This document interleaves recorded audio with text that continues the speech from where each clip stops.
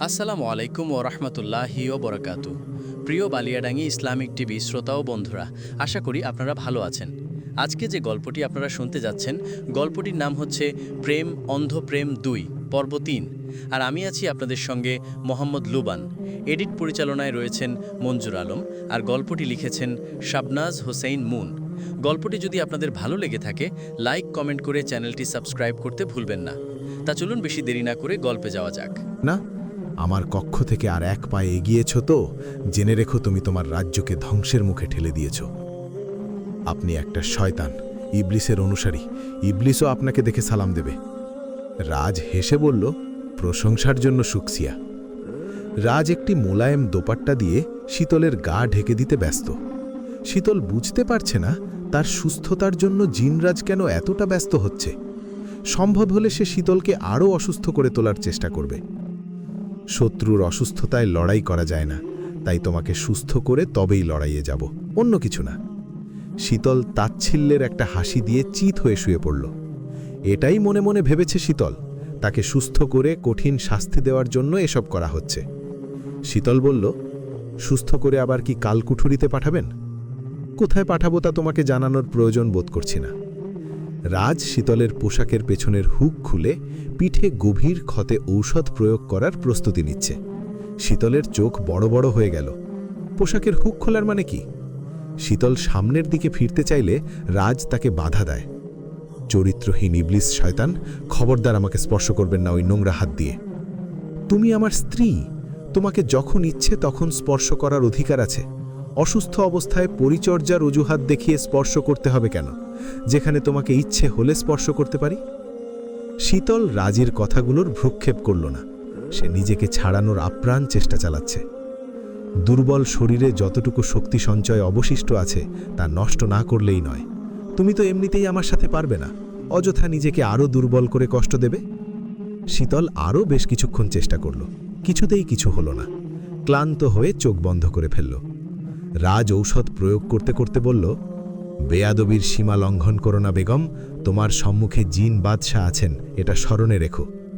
শীতল চোখ বন্ধ অবস্থায় মনে মনে বলল, আমার থুতু স্মরণে রাখবে।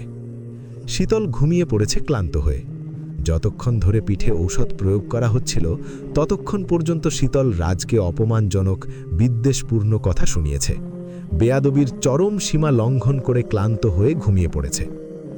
রাজ কেদারায় বসে বসে শীতলের সুন্দর মুখখানা উপভোগ করছে। কি যে নিষ্পাপ দেখাচ্ছে! জেগে থাকলে তার দিকে তাকানোর জন্য কড়া কড়া কথা শুনিয়ে দিত। রাজ সারা রাত ধরে শীতলের দিকে তাকিয়ে থাকল আনন্দ নিয়ে।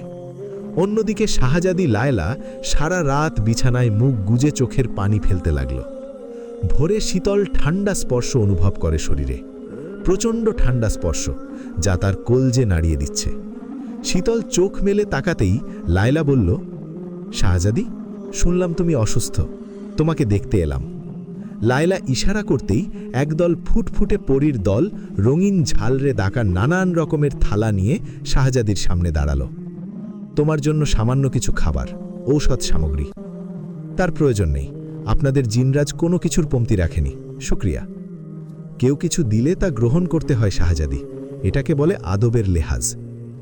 আদব কায়দার লেহাজ আমার কখনো ছিল না শাহজাদি, আপনার সম্মান রক্ষার জন্য গ্রহণ করলাম। লায়লা ভুবন মোহিনী হাসি দিল। শীতল বিছানা থেকে উঠতেই দাসী বলল, আপনার আজ সারাদিন বিশ্রাম নিতে হবে, উঠতে পারবেন না। কিছু প্রয়োজন হলে আমাদের ইশারা করবেন। কে আদেশ দিয়েছে? তোমাদের বাদশাহ? দাসী মাথা নাড়িয়ে শীতলের পোশাক গোছাতে লাগল। তোমাদের বাদশাহ কোথায়? তিনি তো সকালে প্রাসাদে থাকেন না। সবসময় কি তাই করেন? জি।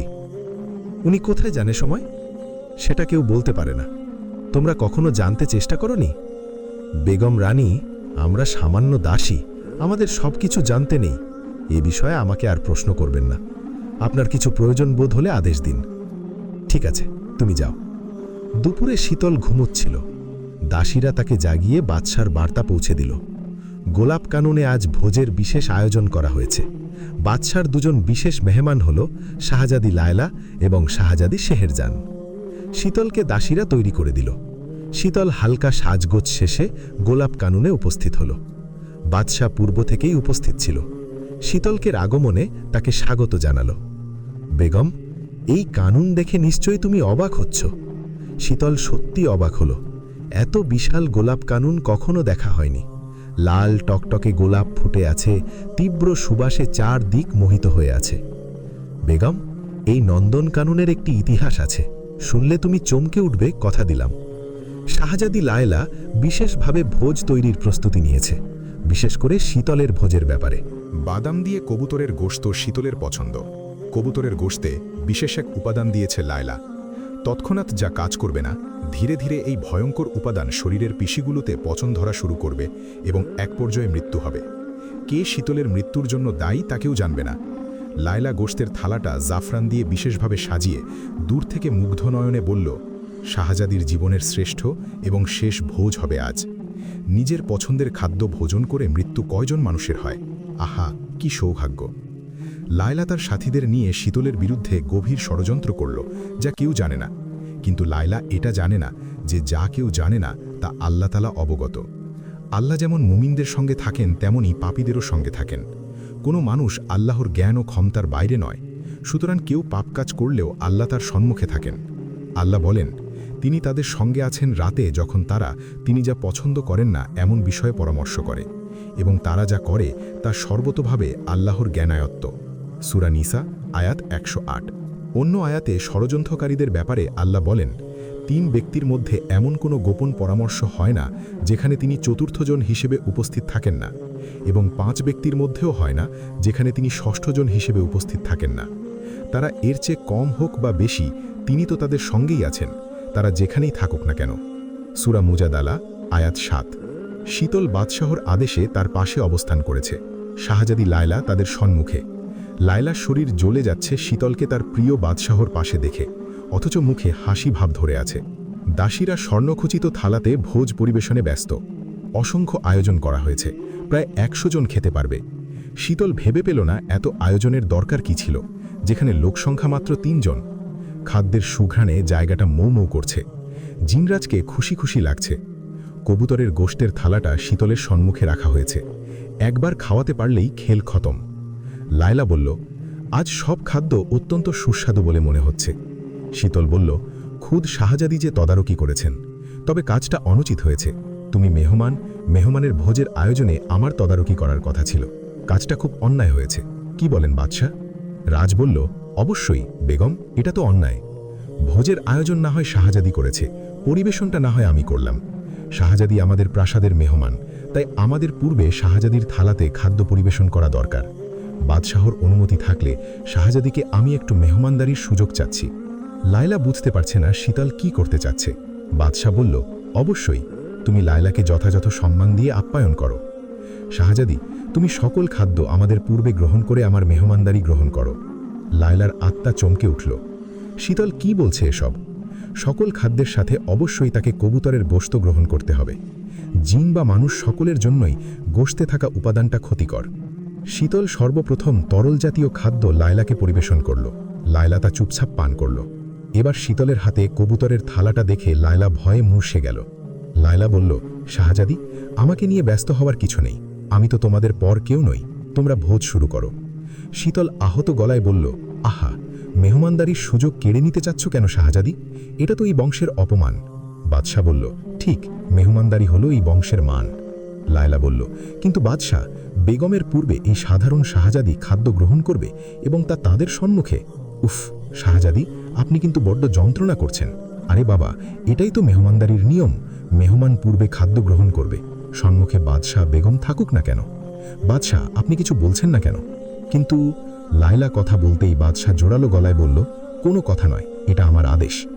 লায়লা একেবারে চুপচাপ হয়ে গেল। শীতল কবুতরের গোশত লায়লার থালাতে পরিবেশন করতে করতে বলল, আমার প্রিয় কবুতরের গোশত। শাহজাদি গ্রহণ করলে এই গোশতটার স্বাদ দ্বিগুণ বেড়ে যাবে।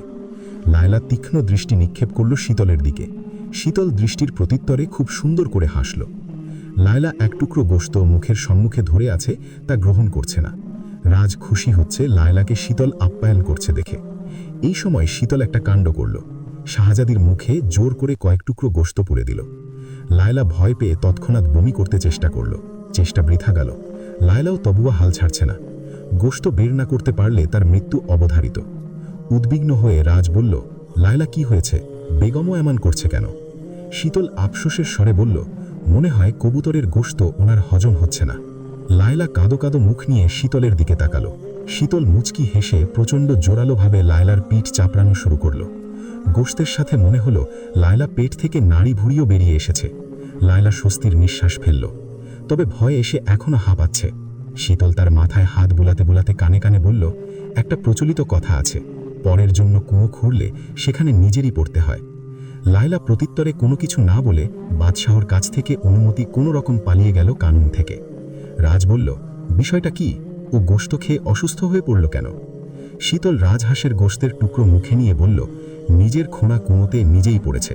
যাই হোক, রাজহাঁসের গোশতটা অত্যন্ত সুস্বাদু। মধ্যাহ্নের ভোজ শেষে রাজ শীতল নিয়ে গোলাপ কাননে হেঁটে বেড়াচ্ছে। শীতলের কাছে খুব ভালো লাগছে গোলাপ কানন। মনে একরাশ শান্তি এসে ভর করেছে। নিজেকে মনে হচ্ছে গোলাপ কাননের গোলাপ রানী। রাজ হাসি মুখে শীতলকে গোলাপ কাননের রহস্য বলল।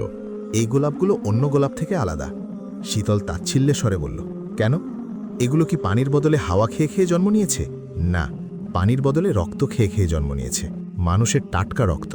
রাজের কথাই ঠিকও, গোলাপ কাননের রহস্য জেনে সে চমকে গেল। রাজ শীতলকে নিয়ে গোলাপ কাননের মাঝখানে দাঁড়িয়ে আছে। এই কাননের শেষ কোথায় তা সে জানে না। যেদিকে দৃষ্টি যায় শুধু গোলাপ গাছ আর গোলাপ গাছ। না জানি কত অজস্র নিরীহ মানুষের রক্ত দিয়ে এদের জন্ম হয়েছে। কি নৃশংস রহস্য গোলাপ কাননের। হঠাৎ শীতলের মনে হলো, মানুষের রক্তে জন্ম নেওয়া এই কানন জীবন্ত কানন। শীতল ঢোক গিলে ফেলল। এই নগরীতে পা দেওয়ার পর থেকে এসে চমকে যাচ্ছে, কারণ নগরীর সবকিছুই অজস্র ভয়ঙ্কর রহস্যে ভরপুর। এতটুকু পানি বা ধুলোর কণার মধ্যেও ভয়ঙ্কর নৃশংস রহস্য লুকিয়ে আছে, যা যে কাউকে চমকাতে বাধ্য করবে। এই যে জিনদের মায়াবী জাদুর রাজধানী কোহেকাফ। জিন জাতি আল্লাহর বিস্ময়কর ও রহস্য ঘেরা সৃষ্টি। কোরআনের শতাধিক আয়াতে জিন শব্দের উল্লেখ পাওয়া যায়। মানুষের মতো তারাও আল্লাহর আনুগত্য ও ইবাদতের জন্য আদিষ্ট। ঈর্ষাদ হয়েছে, আমি মানুষ ও জিন জাতিকে কেবল আমার ইবাদতের জন্য সৃষ্টি করেছি। সূরা যুররিয়াত আয়াত 56। লায়লা এখনও বমি করছে, এখনও ভয়ে সে আড়মোড়া। একটু হলেই এত স্বাদের প্রাণটা শরীর ছেড়ে বেরিয়ে যেত। হ্যাঁ, শীতল অত্যন্ত চালাকির সাথে তার মোকাবিলা করল। লায়লা একটু হাসল, কারণ এখন শাহজাদি ভাবছে সে বেঁচে গেছে। কিন্তু না, লায়লা তার ব্যবস্থা পূর্বেই করেছে। সকালে শাহজাদির জন্য সে যে সকল সামগ্রী সে নিয়ে গিয়েছিল তার মধ্যে ঔষধের থালাও ছিল। এই থালায় সে বিশেষ ওই উপাদানটা প্রয়োগ করেছে। শাহজাদি নিশ্চয়ই এতক্ষণে ঔষধটা গ্রহণও করে ফেলেছে।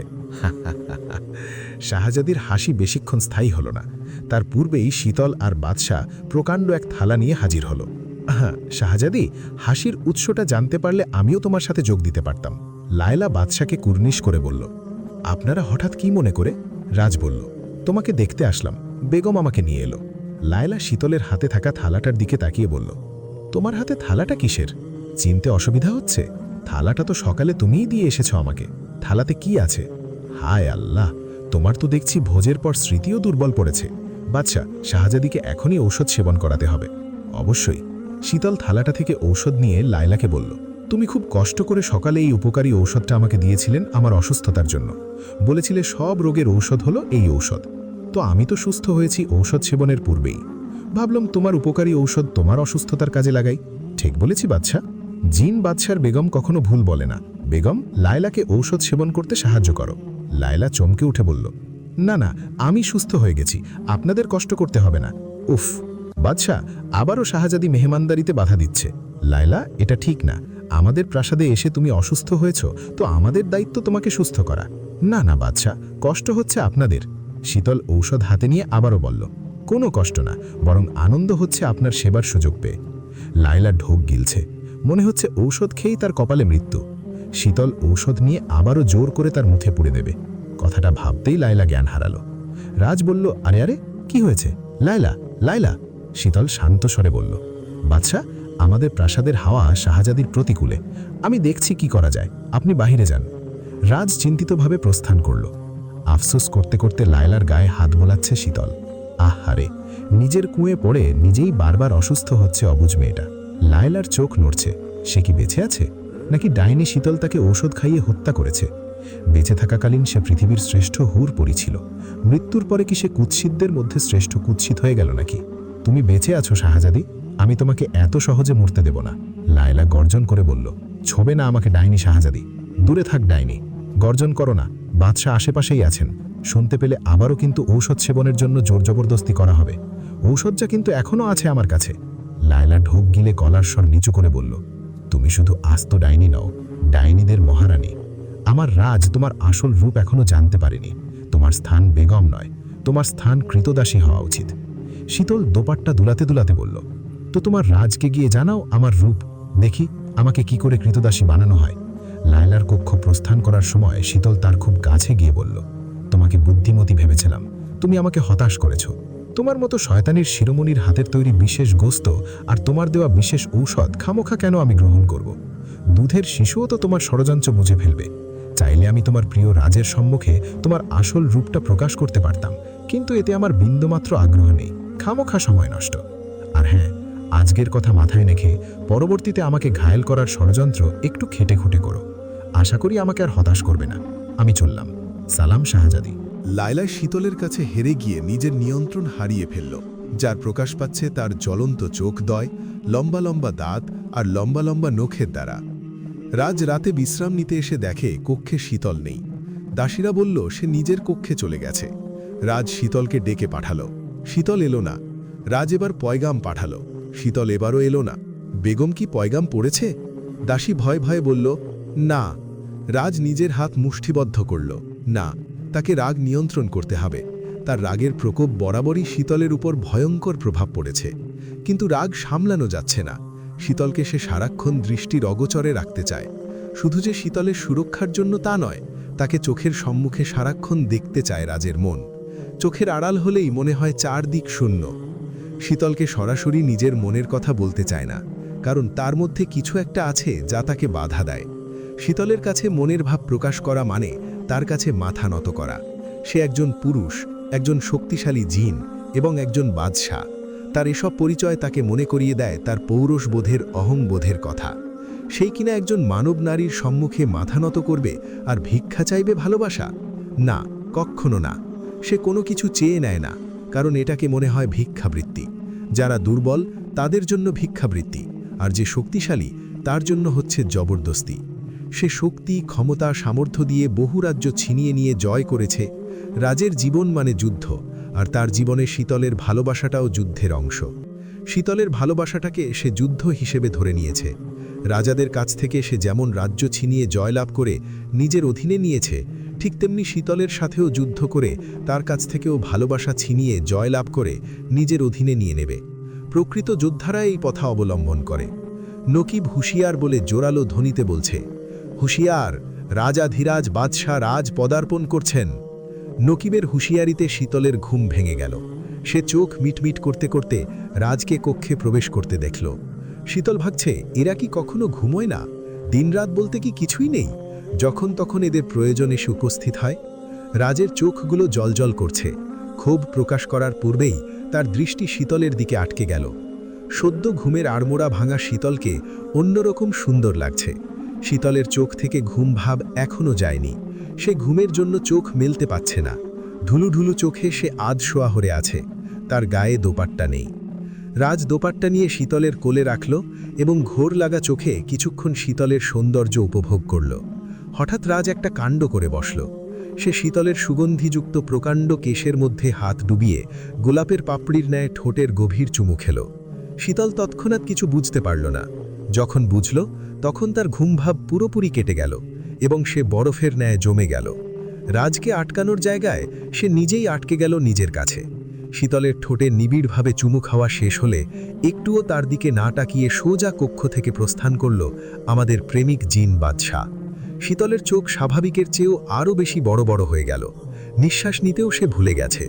একটু আগে ঘটে যাওয়া ঘটনা কি ছিল শীতলের নিজের কাছেও বিশ্বাস হচ্ছে না। সে বিছানা ছেড়ে উঠে দাঁড়ালো, নিজের মাথায় টোকা দিল। আসলে ঘটনাটা স্বপ্ন, স্বপ্ন ছাড়া কিছুই না। হুরপরীদের ছেড়ে খামোখা তাকে চুমু খেতে যাবে কেন? প্রাসাদে নিশ্চয়ই হুরপরীদের আকাল পড়েনি। জিনরাজ বাস্তবে এই কক্ষে আসেনি। নিজের কক্ষে হুরপরী নিয়ে আইয়াস করছে বোধহয়। শীতল আরশির সম্মুখে ঠোঁট ছুঁয়ে গভীর চিন্তায় মগ্ন হল। ঠোঁট আগের থেকেও বেশি গোলাপি মনে হচ্ছে। শীতলের বাকি রাতটুকু আর ঘুম হল না। সারা রাত আরশির সম্মুখে ঠোঁটে আঙুল দিয়ে বসে রইল।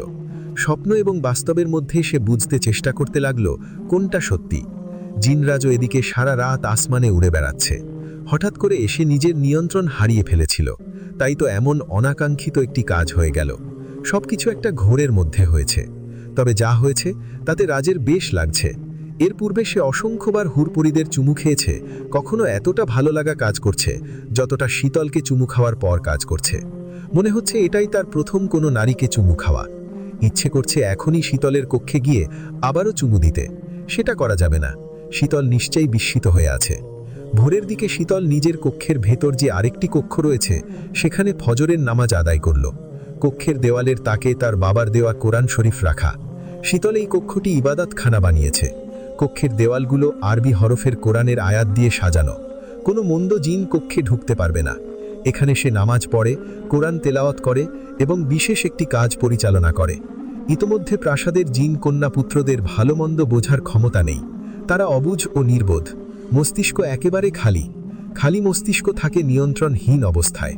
যে এদের নিয়ন্ত্রণ নিয়ে নেবে এরা তার কথায় চলবে। শীতল সুযোগ বুঝে কোপ মেরেছে। খালি মস্তিষ্ক সে ধর্ম দিয়ে ভর্তি করেছে। এখন এরা সবাই ধর্মের পথে নিজেরাই নিজেদের নিয়ন্ত্রণ করবে।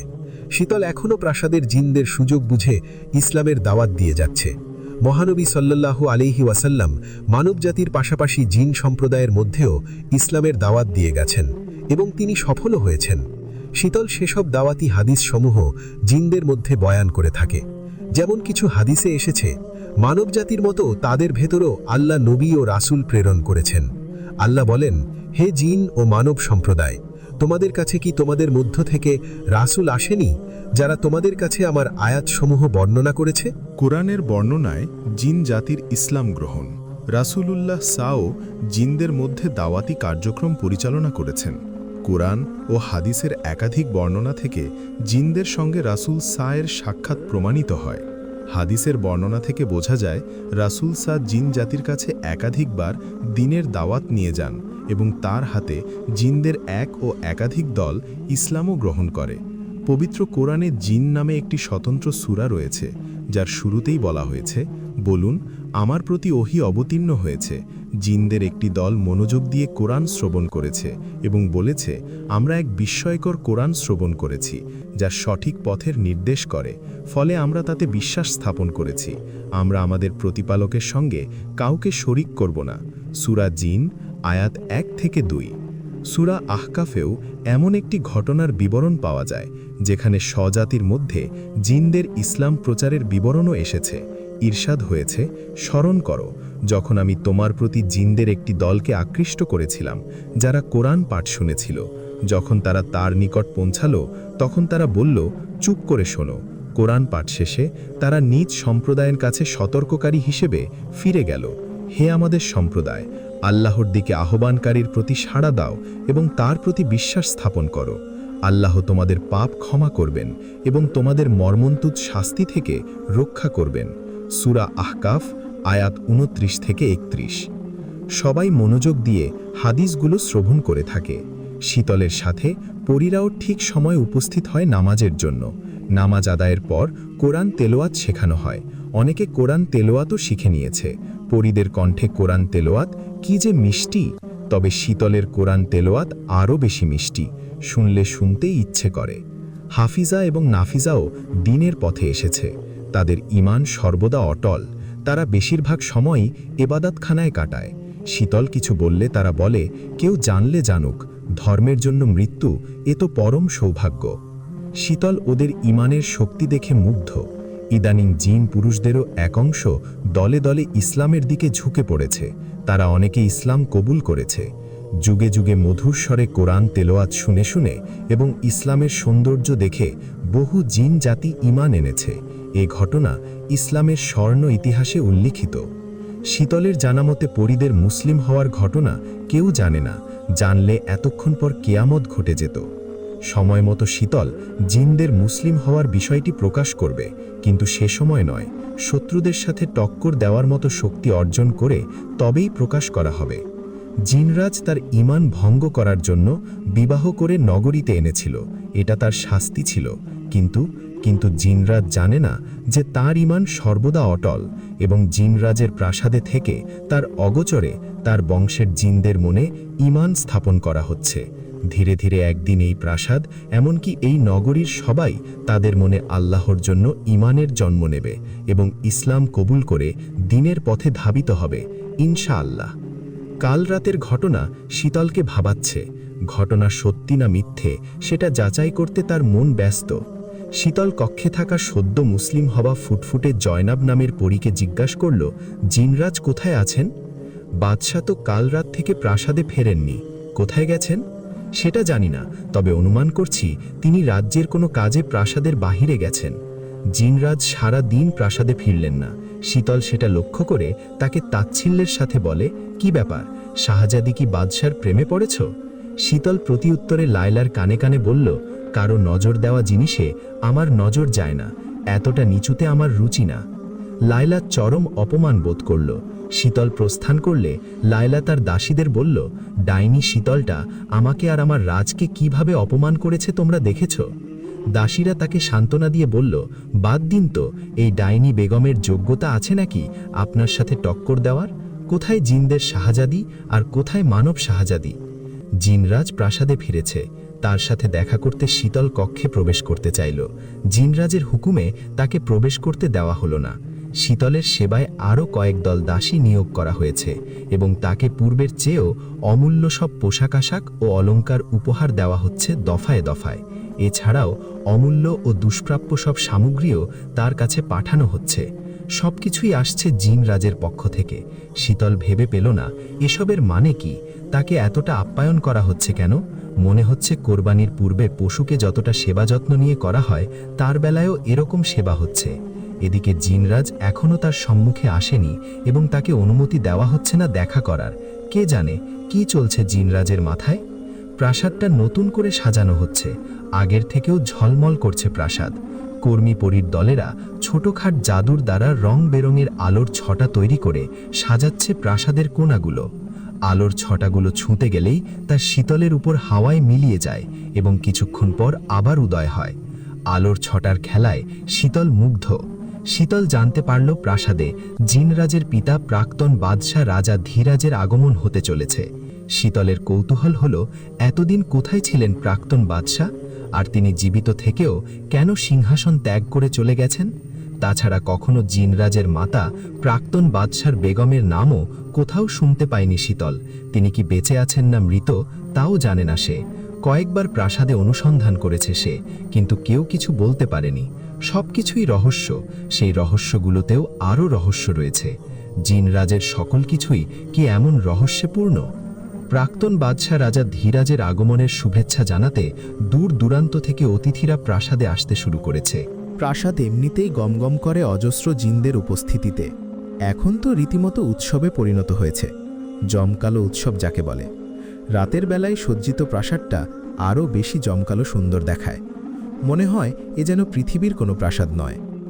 অতিথিদের মধ্যে কিছু বিশেষ অতিথি আছেন, যেমন লায়লার পিতা রাজা ধীরেন এবং ভাই শাহজাদা রামাম। বিশেষ অতিথিদের শুভেচ্ছা জানাতে বাদশাহ এবং বেগম উপস্থিত হলেন। রাজকে অনেকদিন পর দেখতে পেল শীতল। রাজ মাত্র একবার শীতলের দিকে তাকিয়েছিল, তাকিয়েই চোখ ফিরিয়ে নিয়েছে। শীতল বাদশার আচরণে যথেষ্ট বিরক্ত। শীতল এসব নিয়ে আর ভাববে না ঠিক করেছে। সে অতিথিদের দিকে দৃষ্টি দিল। বাদশাকে রাজা ধীরেন এবং শাহজাদা রামাম কুর্নিশ করল। বাদশাহ বলল, রাজা ধীরেন এবং শাহজাদা কিছু ভুলে যাচ্ছেন। রাজা হাসি মুখে বলল, কি ভুল? আমার বেগমকে কুর্নিশ করতে ভুলে গেছেন আপনারা, এ চরম গোস্তাখি। শীতল চমকে উঠল। লায়লা ঈর্ষার দৃষ্টি নিক্ষেপ করল শীতলের দিকে। রাজা চরম অপমান বোধ করল। সামান্য মানবীকে কুর্নিশ করার আগে মৃত্যুও ভালো। রাজা ধীরেন জোরালো গলায় বলল, মানবীকে কুর্নিশ করাচ্ছে প্রাণদণ্ডের আদেশ দিন প্রিয় বাদশাহ। আমি আমার প্রিয় বাদশার আদেশ মাথা পেতে নেব। বাদশাহ বলল, রাজা ধীরেন, আপনার প্রাণ এই মুহূর্তে আমার দরকার নেই। আমার দরকার আপনার কুর্নিশ। যদি না করি তাহলে তা বাদশার অপমান হবে। শীতল রাজের দিকে ঝুঁকে ফিসফিস করে বলল, আল্লাহ তাআলা ছাড়া কারো কাছে মাথা নত করা ঠিক না। কেন? এটা নিয়ম। রাজও শীতলের কানে কানে ফিসফিস করে বলল, আল্লাহ তাআলা যেমন নিয়ম তৈরি করেছে তেমনি আমরাও নিয়ম তৈরি করেছি। উনি তো প্রভু, সকলের প্রভু, তাছাড়া আমার কুর্নিশের প্রয়োজন নেই। তো আমিও তো আমার সাম্রাজ্যের প্রভু। তোমার প্রয়োজন না থাকতে পারে, কিন্তু আমার প্রয়োজন আছে। শীতল দীর্ঘ নিঃশ্বাস ফেলল। রাজ ধীরে না শাহজাদা কুর্নিশ করল এক মানব কন্যাকে। শীতল অস্বস্তি অনুভব করছে। এমন বয়স্ক একজন কুর্নিশ করছে, ছি। বাদশাহ হাসি মুখে বলল, দাসীগণ, আমার চাচা যান আর ভাইকে কক্ষে নিয়ে যাও। চুল পরিমাণ কমতি যেন না হয় ওনাদের সেবার। যদি হয় তো সবার গর্দান নেব। রাজাকে শান্ত করছে লায়লা, তিনি কিছুতেই শান্ত হচ্ছে না। অন্যদিকে শাহজাদার আমাম একজোড়া নীল চোখের ঘোরের মধ্যে পড়েছে। কুর্নিশ করার সময় মুখোশে ঢাকা শীতলের চোখের দিকে তাকিয়েছিল। মুখশ্রী না দেখে শুধু চোখের দিকে তাকিয়েই আটকে গেল সে। কি গহীন চোখদ্বয়!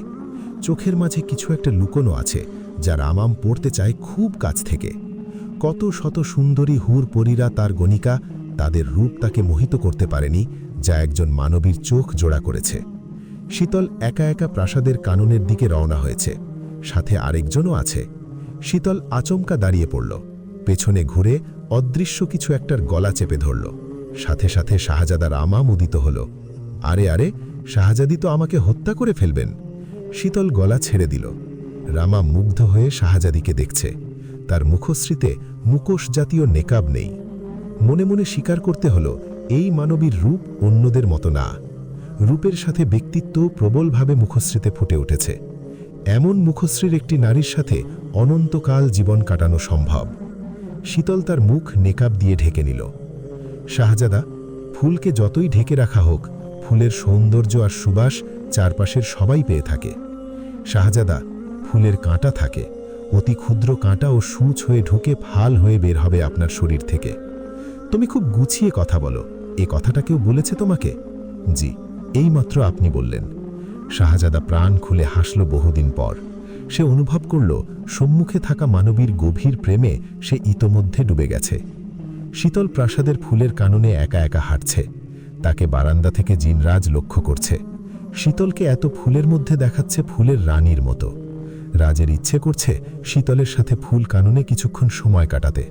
তাকে বলতে ইচ্ছে করছে, গোলাপের পাপড়ির থেকেও গোলাপি তুমি, এবং ফুলের মধুর থেকেও মিষ্টি তোমার ঠোঁট। রাজ নিজের কক্ষে ফিরে গেল। যতক্ষণ শীতলকে দেখতে থাকবে, ততক্ষণ ধরে তার হৃদয়ে সূক্ষ্ম একটি ব্যথা অনুভব হয়। শীতলের আড়াল হলেই ব্যথাটা কিছুটা কমে। জিনরাজের সম্মুখে কিছু পরিকল্পনা রয়েছে, সেগুলো বাস্তবায়নও করতে হবে। শীতল এদিক ওদিক তাকিয়ে নেকাবে মুখ ঢেকে গুল্মলতার ঝোপের আড়ালে চলে এলো।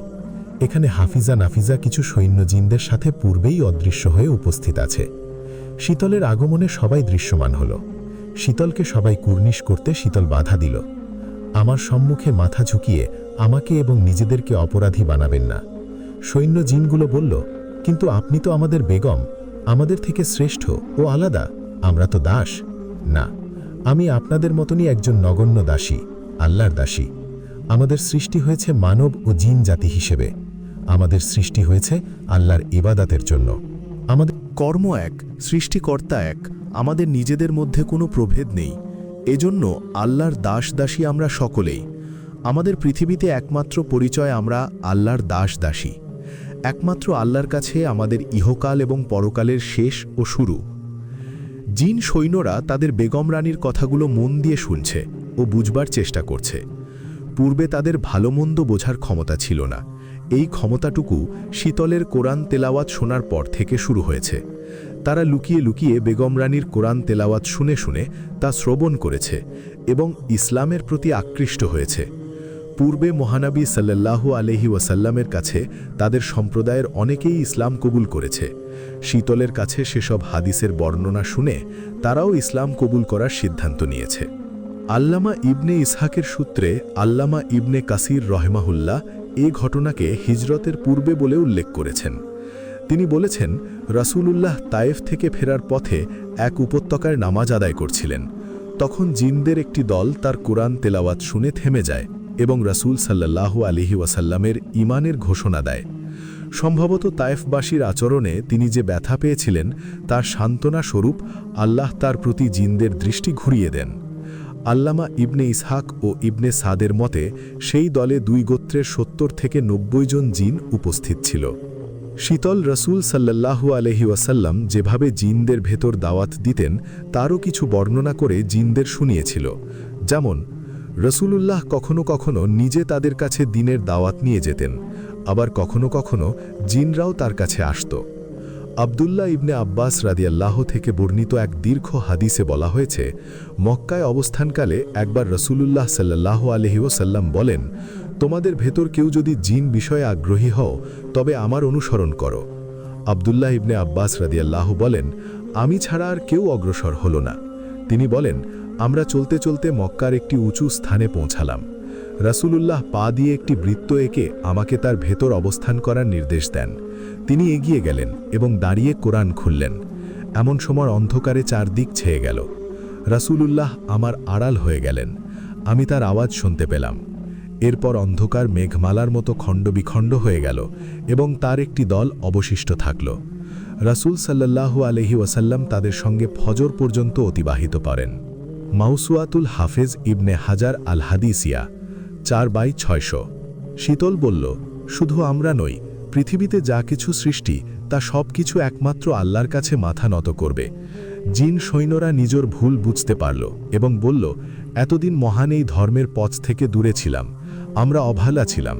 জীবনের মানে ছিল ক্ষমতাশালী প্রভুদের দাস হিসেবে বেঁচে থাকা। আমরা ইসলাম কবুল করতে চাই বেগম রানী, আপনি আমাদের সঠিক পথ দেখিয়ে দিন। অবশ্যই একজন মুসলিমের কর্তব্য হল সকল সৃষ্টিকে তার সৃষ্টিকর্তাকে চিনিয়ে দেওয়া এবং তার পথে চালিত করা। আমরা পাপীদের জন্য যা যা করলেন তাতে চিরকাল আপনার প্রতি কৃতজ্ঞ থাকব এবং আপনাকে প্রশংসিত করব। কৃতজ্ঞতা একমাত্র আল্লাহর প্রতি থাকা উচিত এবং সকল প্রশংসা আল্লাহর জন্য। আল্লাহ আপনাদের মঙ্গল করুক, আমিন। সবাই বলে উঠল, মহান আল্লাহ তাআলা আমাদের বেগম রানীরও মঙ্গল করুক। সকলে ঝোপের আড়াল থেকে প্রস্থান করার পর লায়লা তার দাসীগণের সাথে অদৃশ্য হতে দৃশ্যমান হল। শীতলের জন্য তার মনে পূর্বের থেকেও বেশি ঘৃণা জন্মল। কত বড় সাহস! সামান্য মানবী হয়ে সে জিন নগরীতে জিনদের পথভ্রষ্ট করছে, জিন বংশকে ধ্বংস করার ষড়যন্ত্র করছে। নির্বোধ জিন পুত্রকন্যারা তার ইশারায় চলতে শুরু করেছে। না, সে থাকতে বাদশাহ জিনরাজের সাম্রাজ্যের কোনো ক্ষতি হতে দেবে না। এখনই সে বাদশাকে সব কিছু অবগত করবে। কিভাবে বাদশার প্রভুত্ব থেকে আল্লাহর প্রভুত্ব সৃষ্টি করছে নির্বোধ জিনদের মনে, তা জানাতে হবে শীঘ্রই। লায়লা দাসীদের নিয়ে হাসল। দাসীরা বলল, ডাইনি বেগমের জীবনের ইতি ঘটতে চলেছে এবং খুব শীঘ্রই আপনার জীবন পাল্টে যাবে শাহজাদি। আপনি হবেন বাদশার উপযুক্ত বেগম। লায়লা বাদশাকে কুর্নিশ করল। কি ব্যাপার লায়লা? অনেকগুলো ব্যাপার আছে যেগুলো সম্পর্কে আপনাকে অবগত করতে এলাম। আমার সাম্রাজ্যে আমি সব কিছুর সম্পর্কে অবগত শাহজাদি, তবুও বলো, শুনছি। আপনার সাম্রাজ্যের বিরুদ্ধে এবং আমাদের জিন বংশে একজন শত্রু প্রবেশ করেছে। সে ষড়যন্ত্র করছে আপনার বিরুদ্ধে এবং অনেকটা সফলও হয়েছে। কে সে ষড়যন্ত্রকারী? কার এত বড় সাহস, এতটা স্পর্ধা কার, যে আমার সাম্রাজ্যে প্রবেশ করে আমার বিরুদ্ধে ষড়যন্ত্র করে? তাকে কি শাস্তি দিতে পারবেন? কোনো সন্দেহ আছে? সে এমন একজন ব্যক্তি যে কিনা বাদশার সঙ্গে সম্পর্কিত। বাদশা তাকে শাস্তি দেবে কিনা তাতে সন্দেহ আছে। বাদশা নিজের রাগ নিয়ন্ত্রণ করে বলল, বাদশার ক্ষমতা আর বিচার কার্যে তুমি সন্দেহ করছো, প্রশ্ন তুলছ। তোমার এর জন্য মৃত্যুদণ্ড হতে পারে। আমি জানি বাদশা, সেজন্য আমার যে কোনো শাস্তি আমি মেনে নেব। আমি আমাদের বংশের বিরুদ্ধে ষড়যন্ত্রকারীর পর্দা ফাঁস করে তাকে কঠিনতম শাস্তি দেওয়াতে সাহায্য করতে নিজের প্রাণ বিসর্জন দিতে প্রস্তুত। তুমি ষড়যন্ত্রকারীর নাম বলো। সে মানব সম্প্রদায়ের মরুভূমি রাজ্যগুলোর ইয়েমেন রাজ্যের শাহজাদি শেহেরজান ওরাফে জিনরাজের বিবাহিতা স্ত্রী বেগম রানী। আমাদের আদিপিতা ইবলিস আল্লাহকে বলেছিল, পৃথিবীতে যত মানব সম্প্রদায় আছে তাদের প্রতিটি পদক্ষেপকে আমরা ভুল পথে ধাবিত করব, প্রতারিত করে ঈমান নষ্ট করতে থাকব কেয়ামত পর্যন্ত। আর এখন কিনা মানব সম্প্রদায়ের একজন আমাদের জিন বংশে প্রবেশ করে প্রতিটি পদক্ষেপে বাধা দিয়ে আমাদের লক্ষ্য থেকে পথভ্রষ্ট করছে। এ আমাদের চরম গ্লানি, চরম পরাজয়। ও আচ্ছা, আপনি গ্লানির শিকার হয়েছেন মানব কন্যার জন্য। বিষয়টি আমি দেখছি। এ ব্যাপারে আমি নিজে সিদ্ধান্ত নেব, যা করার তা করব। তুমি যেতে পারো শাহনাজি। কিন্তু কথা নয়। বাদশাহ হাত ইশারা করে লায়লাকে কক্ষ ত্যাগ করতে বলল। লায়লা যাওয়ার পর সে বারান্দায় এলো।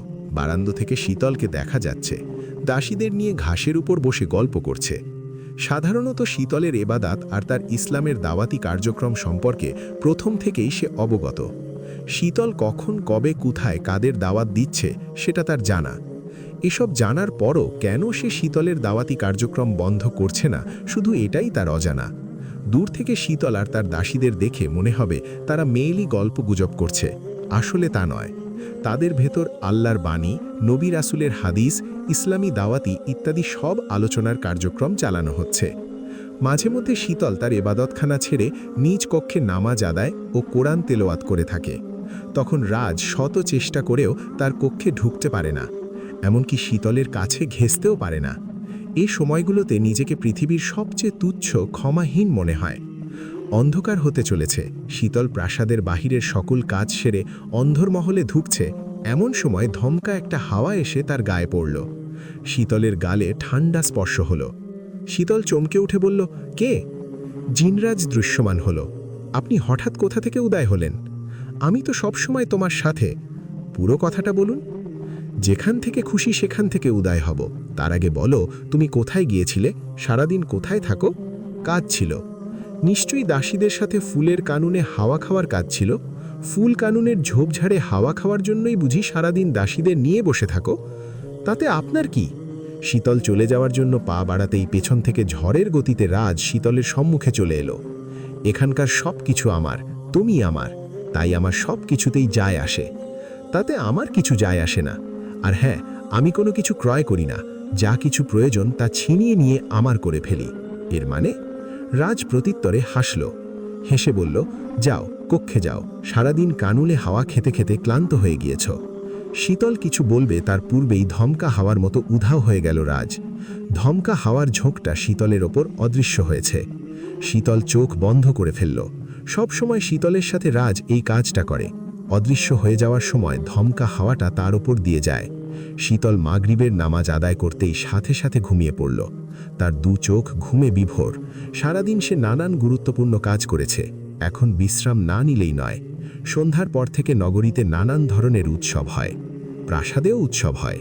শীতলের উৎসবে অংশগ্রহণ করার বিন্দুমাত্র শক্তি নেই। এদিকে তাকে ছাড়া পরীর দল উৎসবে যোগ দেয় না। বাধ্য হয়ে শীতলকে উৎসবে যোগ দিতে হয়। ভালোই লাগে উৎসবে যোগ দেওয়ার পর। রাজ দূর থেকে উল্লাসিত শীতলকে দেখে মুগ্ধ হয়। এদিকে শাহজাদা রামামও শীতলকে আজকাল লুকিয়ে লুকিয়ে লক্ষ্য করে। শীতল গভীর ঘুমে আচ্ছন্ন। ঘুমের মধ্যে সে কারো গলার আওয়াজ শুনতে পেল। কেউ যেন বলছে, আমার বেগম, তোমার জন্য আমি অপেক্ষা করছি। আমার অপেক্ষার প্রতিটি মুহূর্ত শত শত যুগের সমান। ঘুমের মধ্যেই শীতল বলল, আপনি কি জিনরাজ?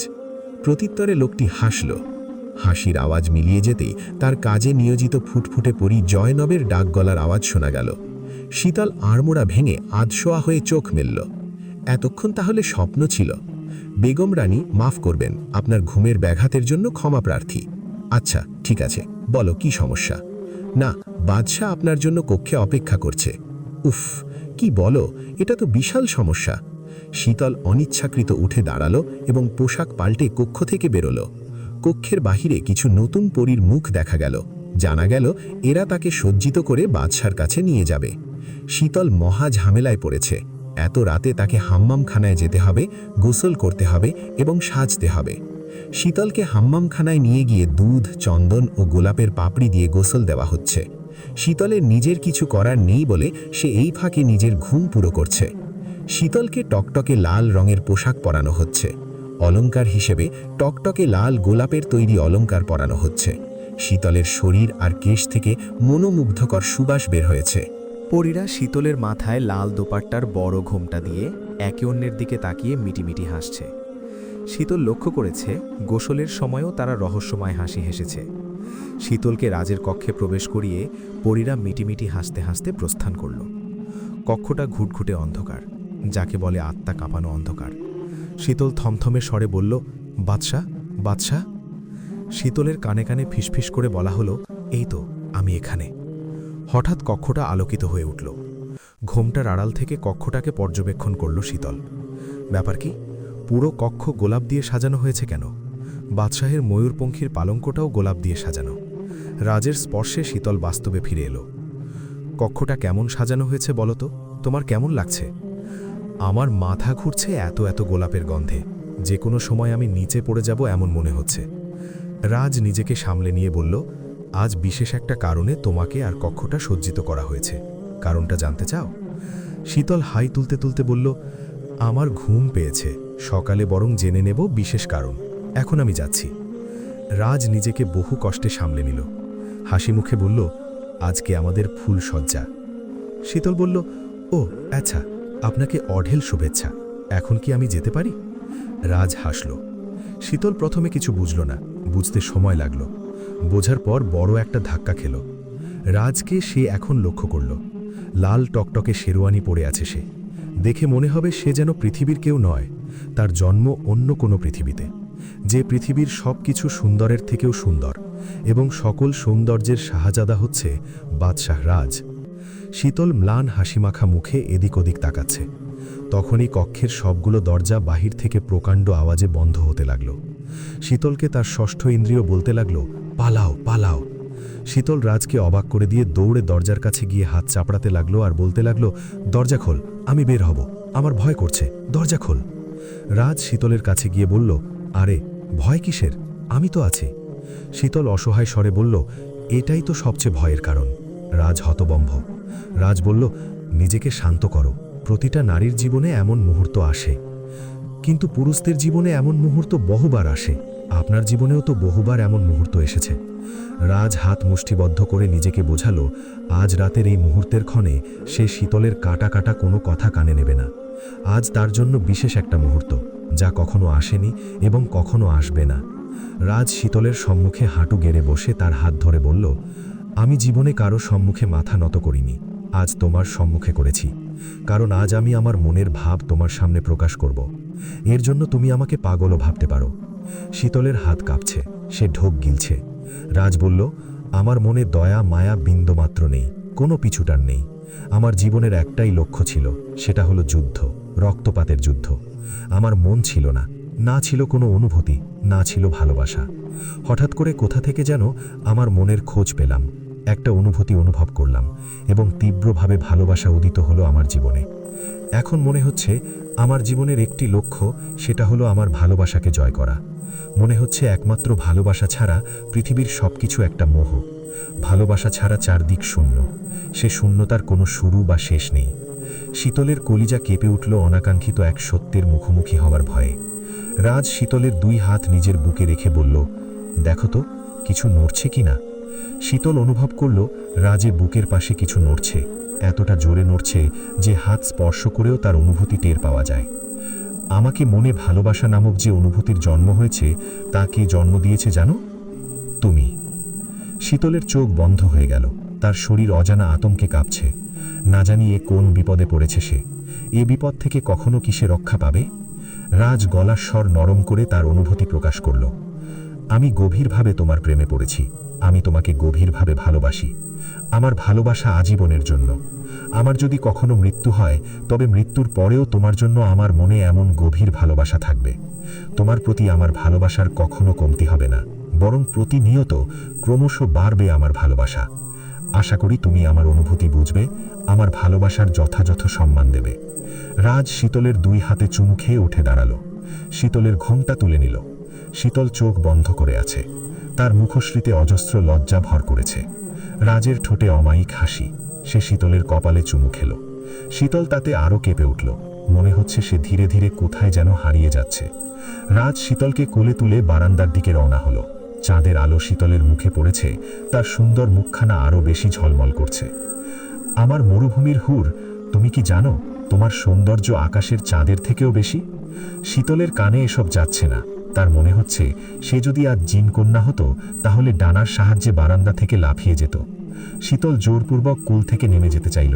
রাজ হেসে বলল, আমি না চাইলে কিছুই হয় না। কথাটা বলে রাজ শীতলকে কোল থেকে নামালো। শীতল বলল, আমি কি কিছু বলতে পারি? রাজ তার ঠোঁটে আঙুল দিয়ে বলল, না, আজ আর কোনো কথা নয়। আমি আপনাকে। কথা শেষ হওয়ার পূর্বেই রাজ শীতলের ঠোঁটে চুমু খেল। শীতলের মনে হলো সেদিনের ঘটনাটা বাস্তব ছিল। শীতল রাজের কাছ থেকে নিজেকে ছাড়িয়ে নিল। প্রচণ্ড আক্রোশের দৃষ্টি নিক্ষেপ করল তার উপর। রাজের তাতে ভাবান্তর হল না। সে আবারও শীতলের কাছে গেল এবং তাকে জড়িয়ে ধরে আবারও চুমু খেল। শীতল এই মুহূর্তে জ্ঞান হারিয়ে নিচে লুটিয়ে পড়ল। চাঁদের আলো এবার শীতলের সম্পূর্ণ শরীরে পড়েছে। তার শরীর চিকচিক করছে সেই আলোয়। তাকে লাগছে চাঁদ কন্যার মতো। শীতল অনেক দিন পর তার বাবাকে স্বপ্ন দেখল। বাবা তাকে ডাকছেন।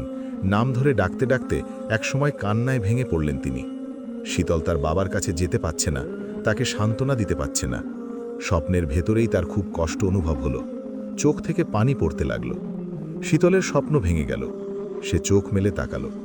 গাল স্পর্শ করে সে বুঝতে পারল তার গাল ভেজা, চোখ দুটিও ভেজা। স্বপ্নে কাঁদার পর বাস্তবে ঘুমের মধ্যেও সে কেঁদেছিল।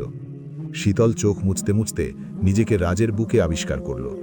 শীতলের মনে হলো তাকে পৃথিবীর নিকৃষ্টতম কোনো পশু জড়িয়ে ধরে আছে।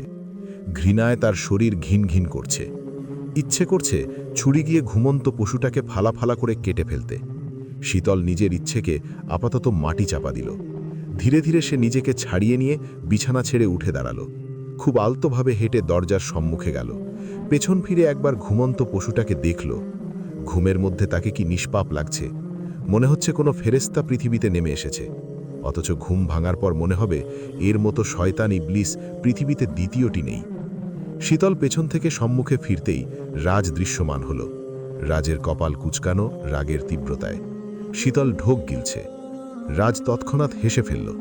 শীতলের গালে হাত দিয়ে বলল, আমি কি বলেছিলাম তা বুঝি তোমার মনে নেই? আমি না চাইলে কোনো কিছু হয় না, তাই আমি না চাওয়া পর্যন্ত তুমি এই কক্ষ থেকে বের হতে পারবে না।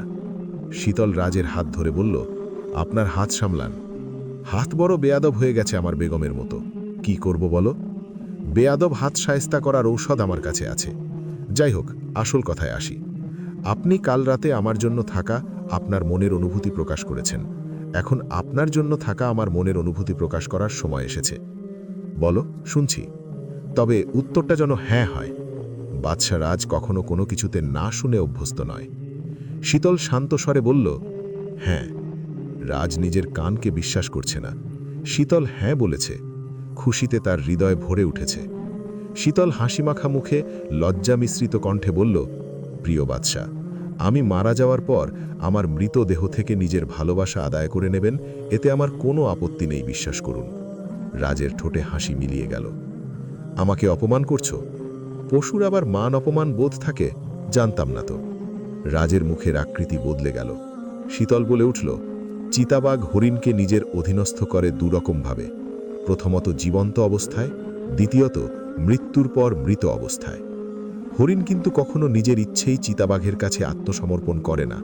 শুনেছেন কি কোনো পশুর কাছে নিষ্পাপ হরিণ ধরা দিয়েছে? রাজের চোখ আগুনের গোলার মতো হয়ে যাচ্ছে। নিজেকে শান্ত করার জন্য সে চোখ বন্ধ করে ফেলল। শীতল রাজের কানে কানে বলে উঠল, আপনি আমার জন্য জাহান্নামের সমান। আপনার ভালোবাসা আমার কাছে জাহান্নামের তীব্র শাস্তির সমান। আমার মনে আপনার জন্য শুধু ঘৃণা এবং করুণার অনুভূতি রয়েছে, যেখানে ভালোবাসার লেশ মাত্র নেই। আপনি আর আপনার বংশ পৃথিবীর সবচেয়ে নিকৃষ্টতর কীটের চেয়েও নগণ্য। আপনি হচ্ছেন আপনার বংশের যোগ্যতম নিকৃষ্ট কীটের শিরোমণি। আপনার বংশের স্থান হবে জাহান্নামে। আপনার স্থান হবে জাহান্নামের সবচেয়ে নিকৃষ্টতর জায়গায়। অনন্তকাল ধরে সেখানে অকল্পনীয় শাস্তি ভোগ করবেন, যেমনটা আপনি পৃথিবীর নিরীহদের উপর চালাচ্ছেন। জিনরা কোন কোন বিষয়ে আদিষ্ট? জিন জাতি শরীয়তের কোন কোন বিধানের ব্যাপারে আদিষ্ট? এমন প্রশ্নের উত্তরে শায়েখ আবদুল্লাহ বিন বাজ রহিম বলেন, ইসলামের যে বিধিবিধান আমাদের পর্যন্ত পৌঁছেছে তা জিন জাতির কাছেও পৌঁছেছে। তবে শরীয়ত পালনে তাদের বাধ্যবাধকতা সম্পর্কে আমরা সুনির্দিষ্টভাবে কিছু জানি না। ইসলামী শরীয়তের মূল নীতি অনুযায়ী বলা যায়, ঈমান, নামাজ, রোজা, হজ সহ ইসলামের মৌলিক বিধানের ব্যাপারে মানুষ ও জিন উভয় জাতি সমানভাবে আদিষ্ট। আল্লাহ তাআলা সূরা আর রহমানের একাধিক আয়াতে ফাবি আইয়ি আলাই রব্বিকুমা তুকাজ্জিবান বলে উভয় সম্প্রদায়কে কোনো বিভেদ না করেই সম্বোধন করেছেন, যা দ্বারা বুঝে আসে দ্বীনের মৌলিক বিষয়ে উভয় সম্প্রদায়ের মধ্যে কোনো পার্থক্য নেই। আর অমৌলিক বিষয়ে উভয় জাতির মধ্যে কি কি পার্থক্য আছে তা আমাদের জানা নেই। ফাতাওয়ায়ে ইবনে তাইমিয়াতে বলা হয়েছে, কোনো সন্দেহ নেই তাসদিক অর্থাৎ ঈমান ছাড়াও অন্যান্য বিষয়ে তারা আদিষ্ট এবং তাকজিব অর্থাৎ কুফরি ছাড়াও অন্যান্য বিষয় থেকে তাদের বারণ করা হয়েছে। মৌলিক ও অমৌলিক বিষয়ে তারা তাদের মতো আদিষ্ট। যেহেতু তারা প্রকার প্রকৃতিতে মানুষের মতো নয়, তাই আদেশ নিষেধ বা শাস্তিবিধানের ক্ষেত্রে তারা মানুষের মতো নয়। হ্যাঁ, ইসলামের মৌলিক বিষয়ে তারা মানুষের মতো আদিষ্ট। আদেশ নিষেধ হালাল হারামের ক্ষেত্রে মুসলমানের মধ্যে কোনো ব্যবধান আছে বলে আমি জানি না।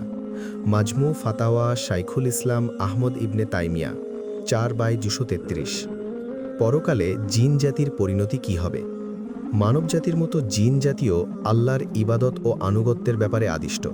সুতরাং পরকালে তাদের কৃতকর্মের জন্য জবাবদিহি করতে হবে এবং অবাধ্যতার জন্য শাস্তির মুখোমুখি হবে, এ ব্যাপারে প্রাজ্ঞ ইসলামী ব্যক্তিত্বরা একমত।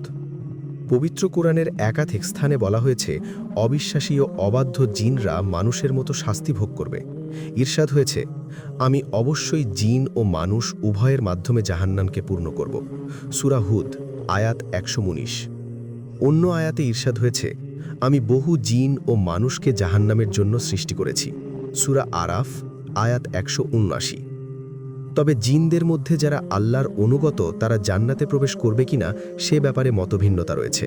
কেউ কেউ বলেছেন জাহান্নাম থেকে মুক্তি জিনদের জন্য পুরস্কার, তারা জান্নাতে প্রবেশ করবে না। আল্লামা সুয়ুতি রহমা বলেন, অবিশ্বাসী জিনরা জাহান্নামে যাবে এ ব্যাপারে কোনো দ্বিমত নেই। তবে মুমিন জিনরা আনুগত্যের প্রতিদানস্বরূপ জান্নাতে প্রবেশ করবে কিনা সে ব্যাপারে মতভিন্নতা রয়েছে। বেশিরভাগের মতে তারা জান্নাতে যাবে এবং এটাই উত্তম মত। আল আশবাহ ওয়ান নাজাইর পৃষ্ঠা 261। এই মতের পক্ষে কুরআনের একটি আয়াত থেকেও ইঙ্গিত পাওয়া যায়।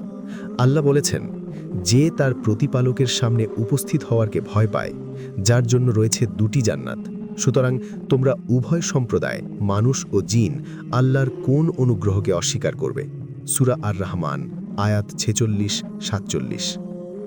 আপনি কে সেটা আপনি ভালো জানেন, তো কি করে আমার ভালোবাসার আশা করলেন? আপনার আর আমার মধ্যকার পার্থক্য জানেন? জান্নাত ও জাহান্নামের যতটা বিপরীত পার্থক্য, ঠিক ততটাই পার্থক্য আমাদের মধ্যকার সম্পর্ক হল বনের চিতাবাঘ ও হরিণের মধ্যকার সম্পর্ক। চিতাবাঘ আজীবন হরিণ শিকার করতে চায়, আর হরিণ প্রাণপণে চিতাবাঘের থেকে বাঁচার জন্য ছুটে পালানোর চেষ্টা করে। ঠিক যেভাবে আপনি চিতাবাঘের মতো আমাকে শিকার করতে চাচ্ছেন, আর আমি হরিণের মতো নিজেকে বাঁচাতে প্রতিনিয়ত ছুটে পালাতে চাচ্ছি। রাজ চোখ মেলে তাকালো। চোখ বন্ধ করে শীতলের কাঁটাযুক্ত কথাগুলো সে শ্রবণ করছিল। প্রত্যেকটা শব্দ যেন বিষের কাঁটার মতো তার শরীরের প্রতিটি জায়গায় বিঁধেছে। রাজ স্বাভাবিকভাবে বলল, জন্মের পর থেকেই আমি পৃথিবীর সকলের অভিশাপ কুড়িয়েছি। এর থেকেও জঘন্য নিকৃষ্টতর কথাও আমি শুনেছি, কিন্তু কখনো আমার মনে বিন্দু পরিমাণ আঁচ লাগেনি, যতটা আজ তোমার কথাগুলো শুনে আজ লেগেছে। পৃথিবীর সবাই আমাকে কি ভাবল এবং বলল তাতে আমার কোনো কিছু যায় আসে না, কিন্তু তুমি আমাকে কি ভাবলে আর বললে তাতে অনেক যায় আসে। তুমি পৃথিবীতে একটি মাত্র মানুষ যে আমার হৃদয়ে জায়গা তৈরি করেছ, ভালোবাসার জন্ম দিয়েছ। এই অনুভূতির স্বাদ আমার জীবনে প্রথম পেয়েছি। কোনো কিছুর বিনিময়ে এই স্বাদ আমি হারাতে দেব না। তোমাকে শুধু কয়েকটি কথা বলতে চাই। তুমি এর চেয়েও নিকৃষ্টতর ভাষা প্রয়োগ করে দেখতে পারো, তাতে কোনো কিছু বদলাবে না। সব কিছু আগের মতোই থাকবে। আমি সারা জীবন তোমাকে ভালোবেসে যাব এবং তোমাকে আমার সম্মুখে রেখে দেব। তুমি আমাকে ভালোবাসো আর না বাসো, তোমাকে আমার সাথে থাকতে হবে আমার বেগম হিসাবে। কথাগুলো মনে রাখবে আমার প্রিয় বেগম। এখন তুমি যেতে পারো, আমি কিছুক্ষণ একা থাকতে চাই। শুনুন। কোনো কথা নয়। রাজ হাত ইশারা করল শীতলকে কক্ষ ত্যাগ করতে। শীতল নিজের কক্ষের দিকে রওনা হয়েছে। তাকে মনে হচ্ছে জীবন্ত লাশ। তার আমৃত্যু মুক্তি নেই জিনরাজের কাছ থেকে। কথাটা ভাবতেই তার নিঃশ্বাস বন্ধ হয়ে আসে। শীতল মনে মনে একটি কথাই বলতে লাগল, মহান আল্লাহ, তুমি আমাকে এই জাহান্নাম থেকে উদ্ধার করো। অধার্মিক পাপিষ্ঠা পশুর কাছ থেকে মুক্ত করো। আমাকে তোমার কাছে নিয়ে যাও, রহম করো আমার প্রতি। শীতলের জন্য হাম্মামখানা সাজানো হয়েছে। শীতল জলাশয়ে নেমে কাল রাতের কথা ভাবতে লাগল। বাদশাহ জিনরাজ তার প্রেমে পড়েছে এবং তার সামনে হাঁটু গেড়ে নিজের অনুভূতির প্রকাশ করেছে। শীতলের বারবার চুমুর কথা মনে পড়ছে। সেই মুহূর্তের দৃশ্যটা চোখের সামনে ভেসে উঠছে। শীতল চোখ বন্ধ করল। উফ, সেই দৃশ্যটা মনে করতে চায় না। শীতল নিজের ঠোঁট আঙুল দিয়ে ঘষতে শুরু করেছে। এই ঠোঁটে জিনরাজের ঠোঁটের স্পর্শ রয়েছে। কেমন যেন একটা গন্ধ লেগে আছে। যে করে হোক গন্ধটা দূর করতে হবে। শীতল ঠোঁট ঘষতে ঘষতে ঠোঁটের চামড়া তুলে ফেলছে। শীতলকে কেউ স্পর্শ করল। উফ, বাদশাহ, আমাকে স্পর্শ করবেন না আর, নইলে জানে মেরে ফেলব। জাইনাব বলল, বেগম রানী, আমি বাদশাহ নই। শীতল আমতা আমতা করে বলল, ও আচ্ছা। বেগম রানী, আপনার ঠোঁটের কি অবস্থা করেছেন? ইস, ঠোঁট পুরো ছিলে গেছে, লাল রক্তের মতো লাল টকটকে হয়ে গেছে। জয়নাবের কথায় শীতলের হুঁশ ফিরল এবং সাথে সাথে ব্যথা অনুভব করল। ঠোঁট প্রচণ্ড রকমের জ্বলছে, ঠোঁটের চেয়েও বেশি জ্বলছে তার মন। কি করে সেই জ্বালাটা বন্ধ করবে সেটা বুঝতে পারছে না।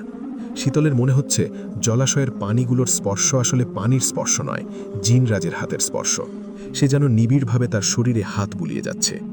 শীতল তাড়িঘড়ি করে জলাশয় থেকে উঠে ডাঙায় দাঁড়ালো এবং সারা শরীর ঘষতে শুরু করল। শুধু ঠোঁটই জিনরাজের ছোঁয়া না, শরীরেও রয়েছে তার ছোঁয়া। তাকে কোলে তোলা, জড়িয়ে ধরা বারবার। না না, জিনরাজের ছোঁয়া সে কিছুতেই তার শরীরে থাকতে দেবে না। জয়নব চিন্তিত হয়ে বলল, বেগম রানী, এক রাতের ব্যবধানে আপনার কি হয়ে গেল বেগম রানী? ঠোঁটের সাথে সাথে শরীরের একই অবস্থা করছেন। আমি নিজেও জানি না জয়নাব, সব কিছুতেই আমার শরীর ঘিন ঘিন করছে, মনে হচ্ছে শরীরের সকল চামড়া তুলে ফেলি। শীতলের ইচ্ছে করছে কোথাও লুকিয়ে থাকতে, যেখানে জিনরাজ তাকে খুঁজে পাবে না, এমনকি তার অস্তিত্ব অনুভবও করবে না। শীতল জয়নবের সম্মুখে ছোট করে নিঃশ্বাস ফেলল। শীতল হাম্মামখানা থেকে এসে গায়ে চাদর মুড়ি দিয়ে শুয়ে থাকল। ঠোঁটের সাথে সাথে সারা শরীর তার জ্বলছে, তবুও মনে হচ্ছে শরীরের চামড়া তুলে ফেলা উচিত ছিল। একটা অধার্মিক, হত্যাকারী, প্রায় জানোয়ারের মস্তিষ্ক সমতুল্য অত্যাচারী বাদশাহ তাকে প্রেম নিবেদন করেছে এবং তাকে নিজের কাছে বন্দী বানিয়ে রেখেছে। এটা কিছুতেই সহ্য বা হজম কোনোটাই শীতল করতে পারছে না। জলাশয়ের বরফ শীতল পানিতে বেশিক্ষণ অবস্থান করায় শীতল প্রচণ্ড অসুস্থ হয়ে পড়েছে। অসুস্থতায় সে নিজের ওপর এতটাই নিয়ন্ত্রণ হারিয়েছে যে ইবাদত করতে পারছে না। শীতলের গায়ে ইবাদত করার মতো শক্তি অবশিষ্ট নেই, নইলে যতই বিপদাপদ হোক না কেন শীতল ইবাদত না করে থাকতে পারে না। আল্লাহ তাআলা মুমিন বান্দার প্রতি একান্ত করুণাশীল। কোনো মুমিন বান্দা যখন অসুস্থতার কারণে ইবাদত করতে পারে না, তখনও আল্লাহ তাআলা মুমিন বান্দাকে নিরবচ্ছিন্ন পুরস্কার বা প্রতিদান দিয়ে থাকেন। আল্লাহ তাআলা কুরআনুল কারিমে ঘোষণা করেন, অতঃপর আমি তাকে হীনত্বগ্রস্তদের হীনতমে পরিণত করি, কিন্তু তাদেরকে নয় যারা মুমিন ও সৎকর্মপরায়ণ, তাদের জন্য রয়েছে নিরবচ্ছিন্ন পুরস্কার। সূরা আত-তিন, আয়াত 5 ও 6। জীবনের শুরু থেকে ইবাদত বন্দেগী পড়লে আল্লাহ তাআলা অসুস্থতা বা অক্ষমতার দিনগুলোতেও তাকে আগের ইবাদতের ন্যায় অবিরাম সাবাব দিতে থাকেন। এমনকি অসুস্থতা বা অপারগ অবস্থায় যদি তার মৃত্যুও হয়, তথাপিও সে মৃত্যু পর্যন্ত সাবাব পেতে থাকবে। হাদিসে কুদসিতে এসেছে, হজরত উকবা ইবনে আমের রাদিয়াল্লাহু আনহু বর্ণনা করেন, রাসূলুল্লাহ সাল্লাল্লাহু আলাইহি ওয়াসাল্লাম বলেছেন, মানুষের প্রতিদিনের আমলে মোহর মেরে দেয়া হয়। যখন ঈমানদার অর্থাৎ ইবাদতকারী ব্যক্তি অসুস্থ হয়ে পড়ে, তখন ফেরেশতারা বলেন, হে আমাদের প্রভু, আপনার অমুক বান্দা অসুস্থ হয়ে পড়েছে। তখন আল্লাহ বলেন, সে সুস্থ হওয়া পর্যন্ত অথবা তার মৃত্যুবরণ করা পর্যন্ত তার আমলনামায় সেরূপ আমলের সাবাব লিখতে থাকো যেরূপ আমল সে সুস্থ থাকা অবস্থায় করত। মুসনাদে আহমদ। সুতরাং সুস্থ অবস্থায় আল্লাহর ইবাদত বন্দেগীতে প্রতিটি মুহূর্ত কাটিয়ে দিতে হবে, তবেই সম্ভব অসুস্থ অবস্থায় আল্লাহর অবিরত রহমত ও বরকতের ভাগিদার হওয়া। এ ব্যাপারে আল্লাহ রাব্বুল আলামিন কুরআনুল কারীমেও স্পষ্ট করে বলে দিয়েছেন। শীতলের মন প্রচণ্ড বিক্ষিপ্ত, ইবাদত না করার জন্য আরও বেশি। রাগে তার মাথায় আগুন জ্বলছে, যার ফলে মাথা ব্যথা হচ্ছে, মনে হচ্ছে মাথার ভেতর কেউ হাতুড়ি পেটা করছে। শীতলের শরীর প্রচণ্ড গরম, জ্বরে তার শরীর পুড়ে যাচ্ছে। জয়নব বারবার বলছে হেকিমাকে সংবাদ দেবার কথা, কিন্তু শীতল ঘাড় বেঁকে রয়েছে, হেকিমাকে সংবাদ দিতে নিষেধ করেছে। জয়নব নিজের চেষ্টায় শীতলের সেবা করে যাচ্ছে। শীতলের মাথায় ভেজা কাপড় রেখে মাথা মালিশ করে দিচ্ছে, যদি একটু হলেও বেগম রানী সুস্থ অনুভব করে সেই আশায়।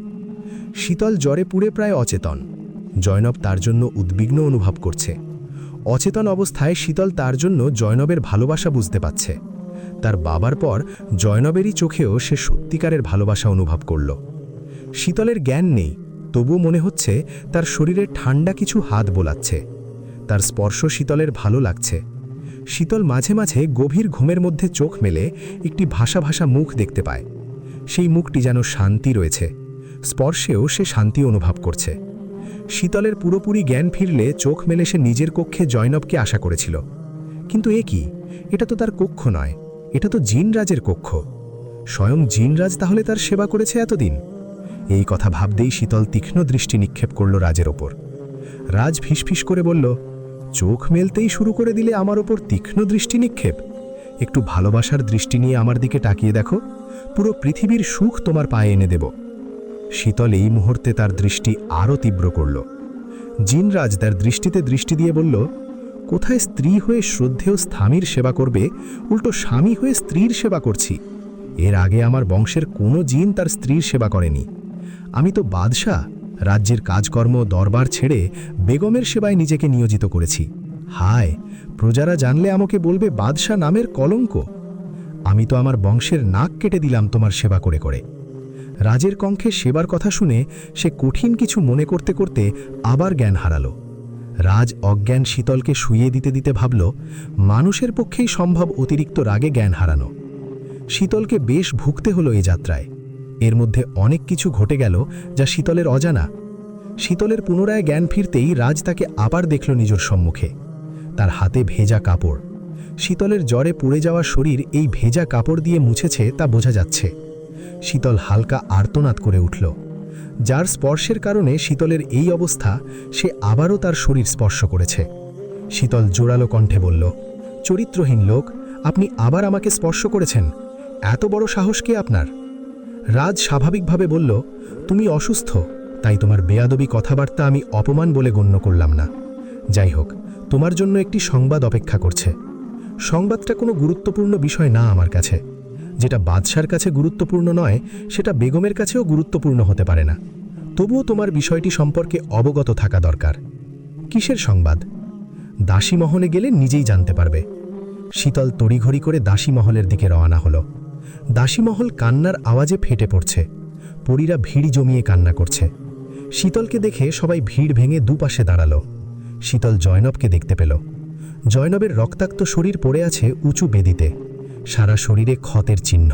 শীতলের কানে কানে লায়লা বলল, মনে হচ্ছে কোনো জানোয়ার পশু তোমার প্রিয় দাসীকে ক্ষতবিক্ষত করে ফেলেছে। শীতল লায়লার দিকে যথাসম্ভব স্বাভাবিক দৃষ্টি নিয়ে তাকালো। লায়লা বলল, প্রাসাদের উত্তরের জঙ্গলে হিংস্র সব খাদক প্রাণীর বাস। অবুজ পরীটা সেখানে গিয়ে নিজের প্রাণ হারালো। শীতল কাপড় দিয়ে জয়নবের শরীর ঢেকে সেখান থেকে বেরিয়ে জঙ্গলের দিকে এগিয়ে এলো।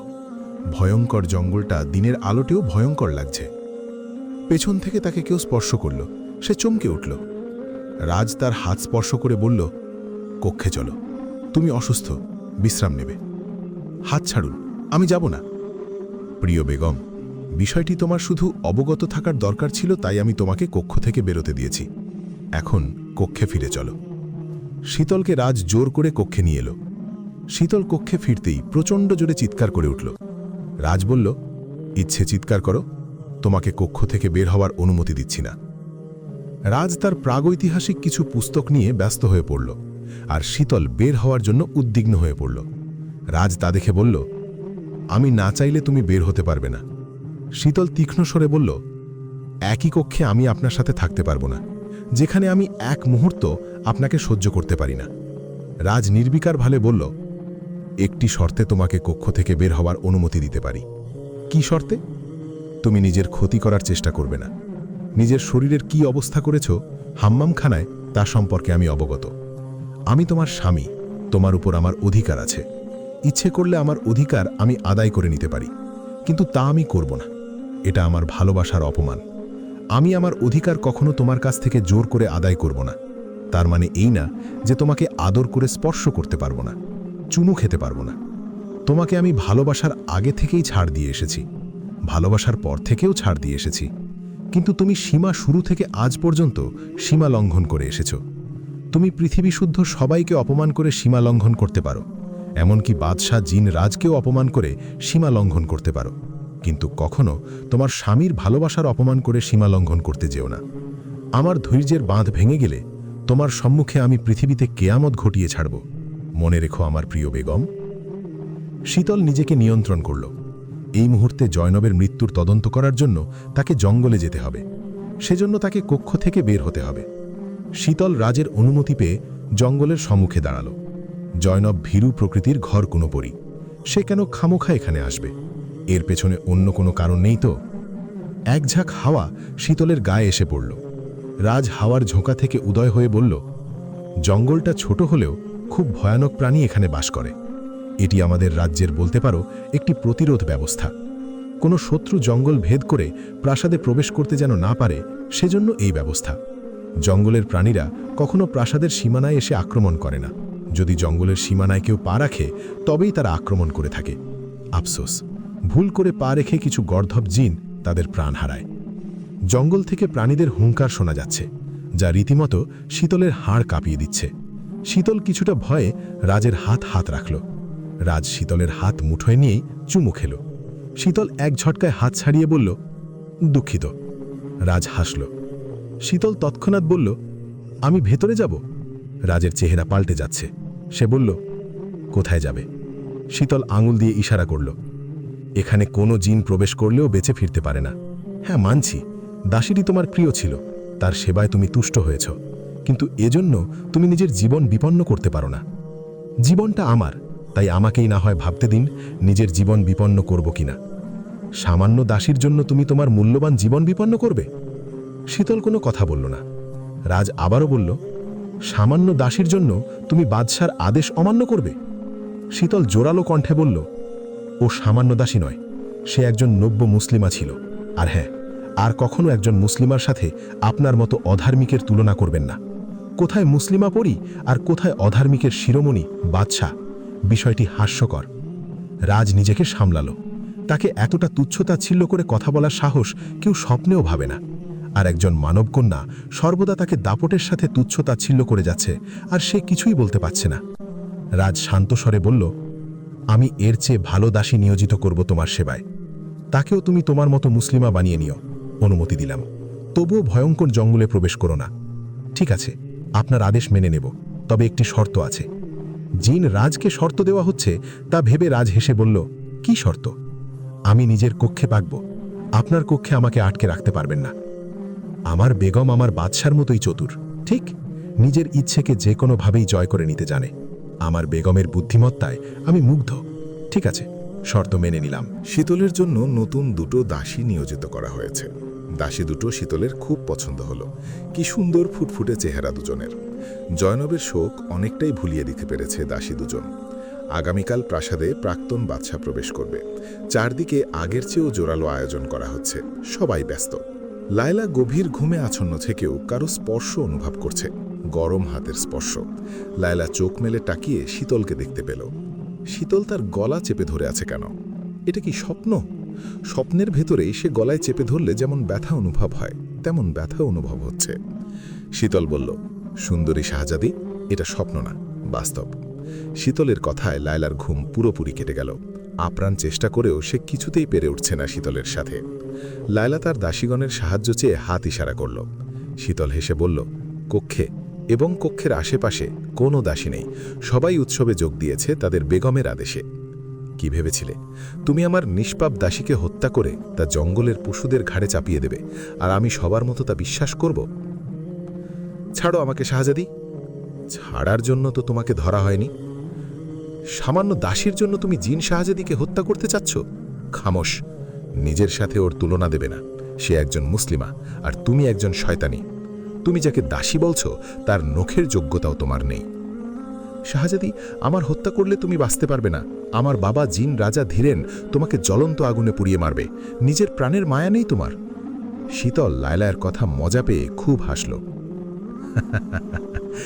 শাহজাদি, তোমার মতো শয়তানিকে হত্যা করতে নিজের প্রাণ গেলেও তাতে আফসোস নেই, কিন্তু আমার আফসোস আছে। শীতল সম্মুখে শাহজাদার রামাম উদয় হল। শীতল দুপাট্টা দিয়ে মুখ ঢেকে ফেলল। শাহজাদি, আপনার মৃত্যু মানেই আপনার মানব বংশের পতন। জিন শাহজাদিকে হত্যা করার অর্থ আপনার পুরো রাজ্যের ওপর ধ্বংস নেমে আসা। একবার জিন শাহজাদা ধীমানকে হত্যা করে আজকে আপনি জিন নগরীতে প্রবেশ করেছেন। জিন বাদশা আপনার জীবনকে নরকে পরিণত করেছে। শীতল রামামের কথাগুলো শুনে লায়লাকে ছেড়ে দিল। লায়লা তার ভাইয়ের পেছনে আশ্রয় নিল। রামাম বলল, লায়লা অপরাধ করেছে, কিন্তু তাকে অপরাধের শাস্তি দিলে উল্টো শাস্তি আপনার ঘাড়ে এসে পড়বে। ইয়েমেন নগরীর সাথে কোহকাফ নগরীর চুক্তি ভঙ্গ হবে এবং ভয়ঙ্কর যুদ্ধ ঘটিত হবে। শীতলের এই প্রথম কোনো জিনকে শুকরিয়া জানাতে ইচ্ছে হলো। জিন শাহজাদা ঠিক বলেছেন। নিয়ন্ত্রণ হারিয়ে শীতল ভুল করতে যাচ্ছিল। এমনিতেই একটা ভুলের কারণে সে আজ জিন বাদশার কাছে বন্দী। শীতল রাজের পাশে দাঁড়িয়ে আছে নতুন অতিথিকে শুভেচ্ছা জানাতে। রাজ আচমকা শীতলের হাত নিজের মুষ্টিমেয় করল। কি হচ্ছে কি? স্বামী স্ত্রীর হাত ধরা হচ্ছে। আমি কিন্তু খুব রেগে যাচ্ছি। চিন্তা করো না, কক্ষে গিয়ে আদর দিয়ে তোমার রাগ ভাঙানো হবে।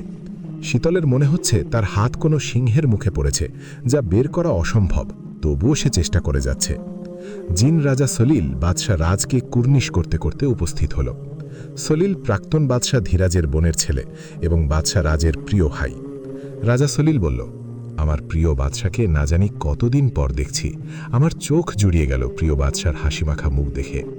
রাজ আনন্দের সাথে বলল, প্রিয় ভাই, আমার বুকে এসো।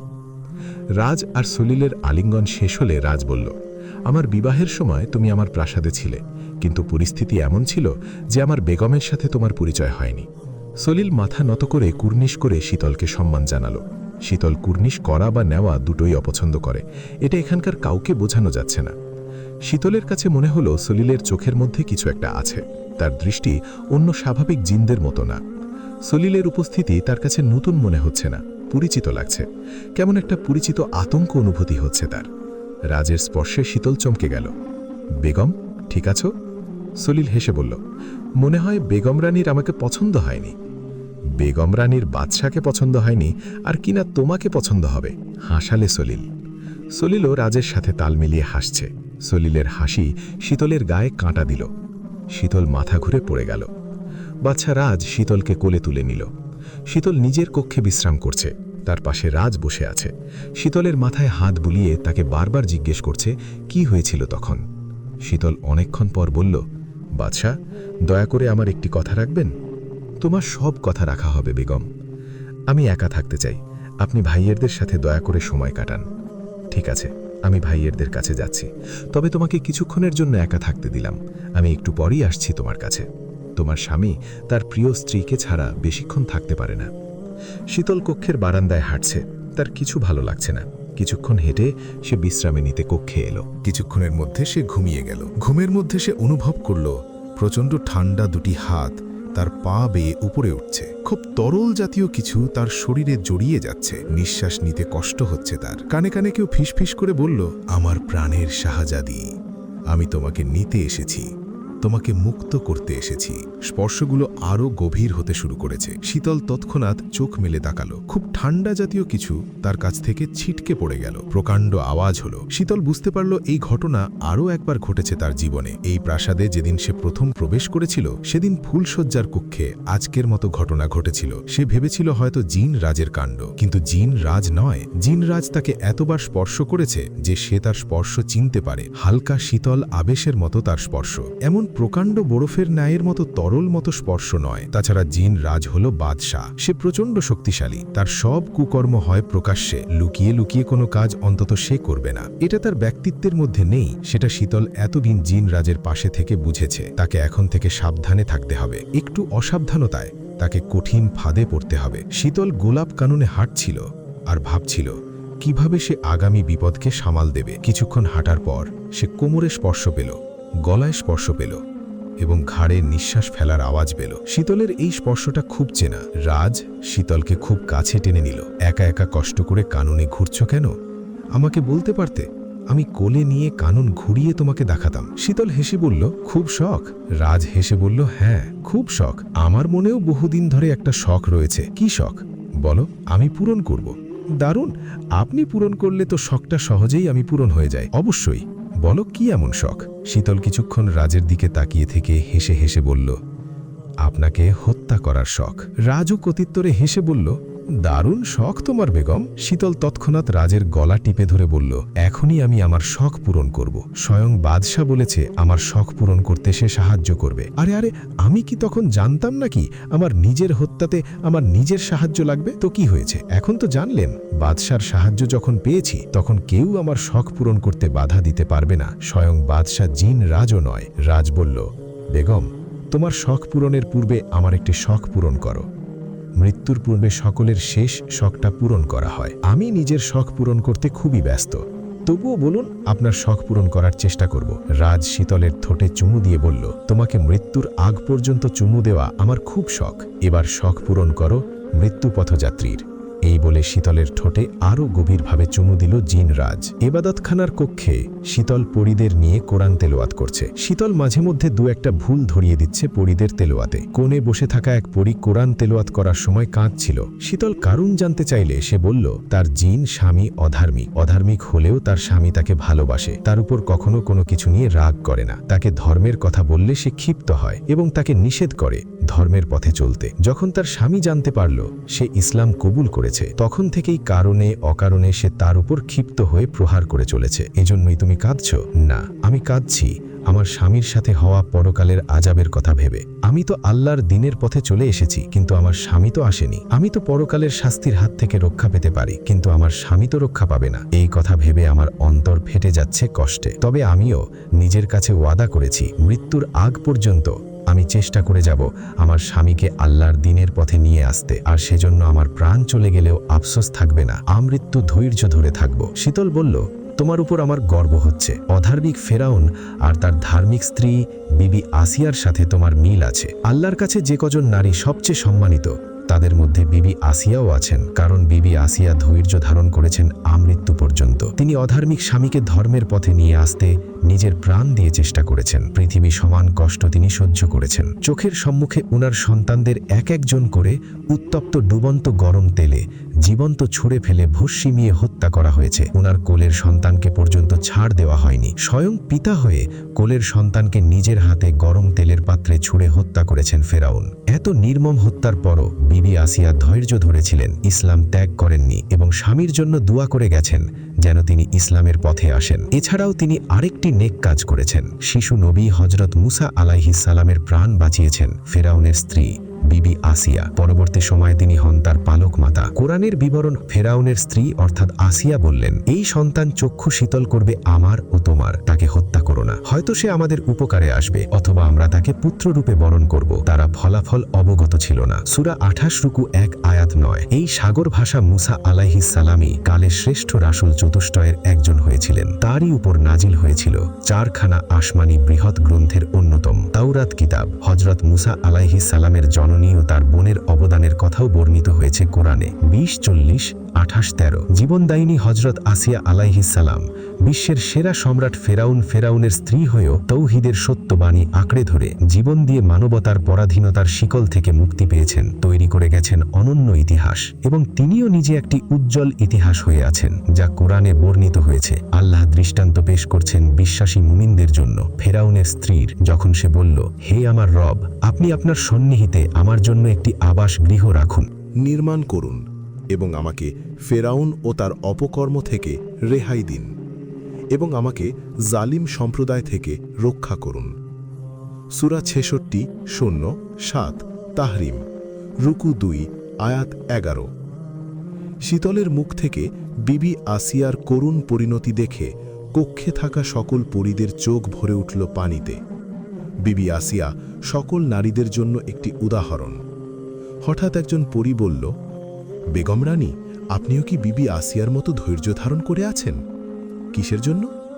আপনার অধার্মিক স্বামী যেন আল্লাহর পথে আসেন সেজন্য। শীতল চমকে উঠল এমন কথা শুনে। আরেকজন বলল, আপনি কিভাবে চেষ্টা করছেন আপনার স্বামীকে সঠিক দ্বীনের পথে নিয়ে আসতে, তা আমাদের বলবেন, তাহলে আমরাও সেভাবে চেষ্টা করব। শীতল আবারও চমকে উঠল। পাশ থেকে একজন বলে উঠল, বেগমের ভালোবাসা অবশ্যই পারবেন আমাদের বাদশাকে সঠিক পথে দেখাতে, তাই না বেগম? পেছন থেকে একজন বলল, বেগম রানী, আপনি নিশ্চয়ই আল্লাহর কাছে সকল দোয়াতে নিজের স্বামীর মঙ্গল কামনা করেন। এভাবে এক এক করে অনেকেই শীতলের দিকে প্রশ্ন ছুড়ে মারছে কিভাবে সে তার স্বামীকে ধর্মের পথে আনবে। সর্বশেষ একজন প্রশ্ন করল, বেগম রানী নিশ্চয়ই আল্লাহর কাছে একটি দোয়াই করেন যেন আপনি আপনার স্বামীকে নিয়ে জান্নাতে যেতে পারেন, তাই না? শীতলের হৃদয় আজ প্রশ্নের আঘাতে রক্তাক্ত। প্রশ্নগুলো তার হৃদয়, মস্তিষ্ক সবকিছুতেই ছেয়ে আছে। সে এতদিন ভেবে এসেছে খুব শিগগিরই সে মুক্ত হয়ে নিজের রাজ্যে ফিরে যাবে। সে দোয়া করে সকলের জন্য, কিন্তু স্বামীর জন্য নয়। সে জান্নাতের যাওয়ার স্বপ্ন দেখে, কিন্তু স্বামীকে সাথে নিয়ে নয়, একা একা। আর ভালোবাসা? তার মনে বাদশার জন্য আছে এক রাশ ঘৃণা। সবচেয়ে বেশি শীতলের মনে আঘাত এনেছে তার নিজের একটি প্রশ্ন। বাদশা জিনরাজ তার কে? নিজের মন থেকেই উত্তর এলো, সে তোমার স্বামী।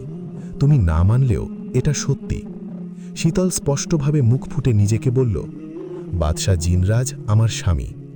ঘটনার পর শীতল রাজের সম্মুখে একবারও দাঁড়ায়নি। আজ তার শ্বশুর প্রাক্তন বাদশা ধীরাজ প্রাসাদে প্রবেশ করবেন। রাজ্যের প্রজারা ভিড় করেছে প্রাসাদের সম্মুখে। লাইলা আর শীতল একসাথে দাঁড়িয়ে আছে। শীতলের কাছ থেকে একটু দূরত্বে অবস্থান করেছে লায়লা। শীতলকে সেদিনের পর থেকে সে একটু ভয় পেতে শুরু করেছে। সলিল আর রামাম একপাশে দাঁড়িয়ে আছে। রামাম মুখোশে আবৃত শীতলের দিকে এক দৃষ্টিতে তাকিয়ে আছে। মুখ না দেখতে পেলেও শীতলের কাজল কালো নীল মনির হরিণীর চোখ দুটো তাকে বারবার প্রেমের সাগরে ডুবিয়ে হত্যা করছে। রাজের উপস্থিতি নেই, শীতলের চোখ তাকে খুঁজছে। একটু পর নকিব হুঁশিয়ারি দিল বাদশার উপস্থিতির। বাদশা রাজ শীতলের পাশে দাঁড়াতেই শীতলের হৃদয় কেঁপে উঠল। বাদশা ফিসফিস করে বলল, আমার মরুভূমির হুরকে অত্যাধিক সুন্দর লাগছে। শীতল রাজের দিকে একবার তাকিয়েই চোখ ফিরিয়ে নিল। ডাক বাজছে, বাদ্যবাজনা বাজছে, নকিবরা হুঁশিয়ারি দিচ্ছে। প্রাক্তন বাদশা ধীরাজ প্রাসাদে প্রবেশ করছে। প্রাসাদে সবাই সাবধান। আসমলে অসংখ্য পঙ্খিরাজ ঘোড়া ডানা ঝাপটিয়ে উঠছে। তার মধ্যে একটি ঘোড়া থেকে জমিনে পা রাখলেন প্রাক্তন বাদশা ধীরাজ। বিশাল বলশালী চেহারার জিন আসলেই বাদশা হওয়ার অধিকার রাখে। বাদশা ধীরাজ প্রাসাদে প্রবেশ করতেই শীতল চমকে উঠল। এ কাকে দেখছে সে? এ তো হুবহু বাদশা রাজের মতো দেখতে। সম্ভবত রাজ হুবহু তার বাবার মতোই দেখতে হয়েছে, আর স্বভাবও নিশ্চয়ই বাবার মতোই হয়েছে। একদল জিন সৈন্য মানুষের মতো দেখতে কিছু লোকজনদের শিকল দিয়ে বেঁধে এনে দাঁড় করিয়েছে বাদশা ধীরাজের সম্মুখে। শীতল নিশ্চিত হল শিকলে বাঁধা লোকগুলো মানুষ। কিন্তু ওদের এখানে কেন আনা হয়েছে? কি করা হবে এদের সাথে? শীতলের ভাবনায় ছেয়ে দিল। বাদশা ধীরাজ প্রাসাদের সম্মুখে হেঁটে এসে উঁচু বেদিতে দাঁড়াতেই একে একে কুর্নিশ করা শুরু করল। সকল জিনগণ হাঁটু গেড়ে মাথা নিচু করে বসে পড়ল। রাজা ধীরেন, রাজা সলিল, শাহজাদা রামাম, শাহজাদি লায়লা, রাজ্যের সকল উচ্চপদস্থ জিন, অন্য রাজ্যগুলোর রাজা এবং সাধারণ প্রজারাও একইভাবে বাদশাকে কুর্নিশ করে জমিনে হাঁটু গেড়ে বসে রইল। এমনকি স্বয়ং বাদশা রাজও এমনভাবে কুর্নিশ করে রইল। শীতল অবাক হয়ে দাঁড়িয়ে আছে। রাজকে সে ইশারা করে জানতে চাইছে কি হচ্ছে কি। রাজ ইশারা করে বলল, এটা নিয়ম জিন সম্প্রদায়ের। প্রাক্তন বাদশাকে কুর্নিশ করতে হবে। বাদশা ধীরাজ চারদিকে তাকিয়ে খুব গর্বিত আর আনন্দিত হল। এত বছর পরেও তার ভয়ে সকলে কাঁপছে। তাকে এখনও রাজাগণ, সৈন্যগণ, প্রজাগণ সকলেই কুর্নিশ করে সম্মান জানিয়েছে। সে অনুমতি না দেওয়া পর্যন্ত সকলেই এরূপ কুর্নিশ অবস্থায় বসে থাকবে, এটাই নিয়ম। ধীরাজের চোখ হাটকে গেল একজন নারীকে দেখে। কুর্নিশ করা দূর, সে মাথা তুলে তীক্ষ্ণ দৃষ্টিতে তাকিয়ে আছে। এত বড় স্পর্ধা! সামান্য নারী বাদশাকে অপমান করেছে। বাদশা গর্জে উঠে বলল, হে নারী, তোমার কি প্রাণের ভয় নেই? তাহলে তুমি কুর্নিশ করছো না কেন? শীতল জোরালো কণ্ঠে বলল, আমার প্রাণের ভয় আছে, আর তাই আমি আল্লাহ ব্যতীত কোনো বাদশার সম্মুখে মাথা নত করে কুর্নিশ করি না। বাদশা ধীরাজ চমকে উঠল শীতলের মুখে আল্লাহর নাম শুনে। এমনকি উপস্থিত থাকা সকলেই চমকে উঠল। বাদশা ধীরাজের সম্মুখে এক মুসলিম মানবী দাঁড়িয়ে আছে। বাদশা বুঝতে পারল এই সে মুসলিম মানবী যে তার ভাই ধীমানের হত্যাকারী এবং জিন বংশের চরম শত্রু। সবচেয়ে বড় সত্য হল এই মানবীকে তার একমাত্র পুত্র রাজ বিবাহ করেছে। তার পরিচয় সে মহান জিন বংশের বেগম রানী এবং বাদশা রাজের বেগম। বাদশা ধীরাজ হুঙ্কার দিয়ে বলল, হে মানব কন্যা, তোমাকে একটি সুযোগ দেব নিজের প্রাণ বাঁচানোর। তুমি যদি এক্ষুনি বাদশাকে কুর্নিশ করে নিজের ভুলের জন্য মাফ চাও তো আমি মাফ করে দেব। শীতল তীব্র কণ্ঠে বলল, আমি আল্লাহ ছাড়া কারও সম্মুখে সিজদা করি না। সকল সৃষ্টির সিজদা একমাত্র আল্লাহ তাআলার জন্য। জিন এবং মানবজাতির সিজদাও একমাত্র আল্লাহ তাআলার জন্য। সিজদা, বান্দা যখন আল্লাহর সবচেয়ে কাছাকাছি। মানব সৃষ্টির অন্যতম উদ্দেশ্য হল আল্লাহর ইবাদত। ইবাদতের মর্মকথা হল সর্বোচ্চ মর্যাদার অধিকারী সত্তার সামনে সর্বাধিক বিনীতভাবে নিজেকে সঁপে দেওয়া। আক্ষরিক অর্থে এটা সর্বতোভাবে সিজদার মাধ্যমে সম্ভব। গোটা সৃষ্টিজগৎ আল্লাহকে সিজদা করে। পৃথিবীর সব কিছুই মহান আল্লাহর জন্য সিজদা করে।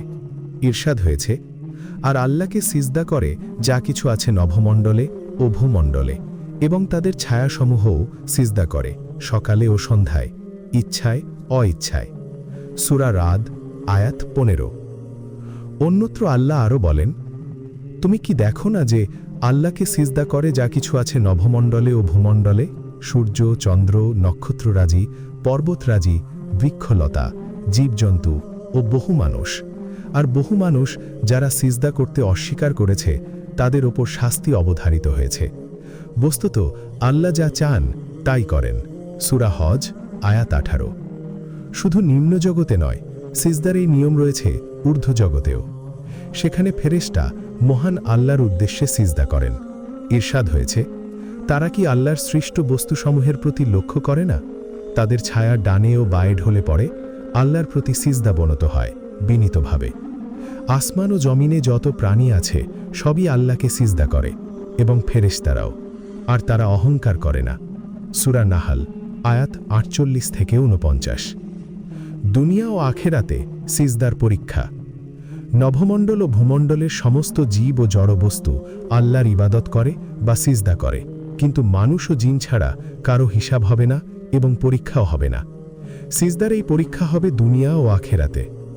একদল দুনিয়ায় আল্লাহকে সিজদা করে, পরকালের পরীক্ষায়ও এই দল আল্লাহর পদতলে সিজদার মাধ্যমে জয়যুক্ত হবে, আল্লাহর সান্নিধ্যে পৌঁছে পরম সুখে অনন্তকালের জান্নাতে বসবাস করবে। পক্ষান্তরে আরেক দল আল্লাহকে সিজদা করে না, আল্লাহর কাছে আত্মসমর্পণও করে না। এদের সম্পর্কে মহান আল্লাহ বলেন, অতএব তাদের কি হল যে তারা বিশ্বাস স্থাপন করে না, এবং যখন তাদের কাছে কোরআন পাঠ করা হয় তখন তারা সিজদা করে না। সূরা ইনশিকাক আয়াত 20-21। তাছাড়া আমি কোনো ভুল করিনি, তাই বিনা কারণে কারো কাছে মাফ চাইব না। এই প্রেক্ষিতে আমাকে আপনার মাফ করে দেওয়ার প্রশ্নই ওঠে না। শীতলের উত্তর শুনে এবারও উপস্থিত থাকা সকলে চমকে উঠল আর ভয় পেতে থাকল। কুখ্যাত বাদশার সম্মুখে কারো চোখ তোলার সাহস নেই, আর এক মানবী কিনা দাঁড়িয়ে তর্ক করছে আর বলছে সে মুসলিম, যে কিনা আল্লাহ ব্যতীত কাউকে কুর্নিশ করে না। বাদশার সাথে বেয়াদবি, এত স্পর্ধা, তোমাকে এর শাস্তি পেতে হবে। কে কোথায় আছো? এই বেয়াদব মানবীকে কাল কুঠুরিতে বন্দি করো, নতুন জীবন্ত পুড়িয়ে মারো। এ পর্যায়ে রাজ বলে উঠল, বাদশার অনুমতি চাচ্ছে কিছু কথা বলার জন্য। যদি অনুমতি প্রদান করেন তো আমি দাঁড়াতে পারি। বাদশা ধীরাজ ইশারা করে অনুমতি দিল। সকলে ভয় পাচ্ছে, না জানি এক মানবীর বেয়াদবির জন্য তাদেরও শাস্তি পেতে হয়। রাজ জমিন থেকে উঠে বলে উঠল, বাদশা, এই মানবী আমার বিবাহিতা স্ত্রী, জিন বংশের রানী আর আপনার পুত্রবধূ। তাকে এরূপ শাস্তি প্রদান করা উচিত হবে না। ধীরাজ অবাক হল, তার নিজের রক্ত তাকে উচিত অনুচিত শেখাচ্ছে। পুত্র, সে আমার সাথে বেয়াদবি করেছে, জিন বংশের বাদশার সাথে বেয়াদবি করেছে। এ জিন বংশের সম্মানের প্রশ্ন। জিন বংশের সম্মান কারো নষ্ট করার অধিকার নেই। সে বেগম, শাহজাদি, শাহজাদা, এমনকি স্বয়ং বাদশাও হোক না কেন, শাস্তি সবার জন্য সমান, নইলে বংশের গৌরব থাকবে না, শাস্তি পেতে হবে। শীতল বলে উঠল, বাদশা রাজ, আমাকে নিয়ে আপনার ভাবতে হবে না। আমি যা করছি তা সম্পর্কে আমি অবগত, আর আমি নিজেকে রক্ষা করতে জানি।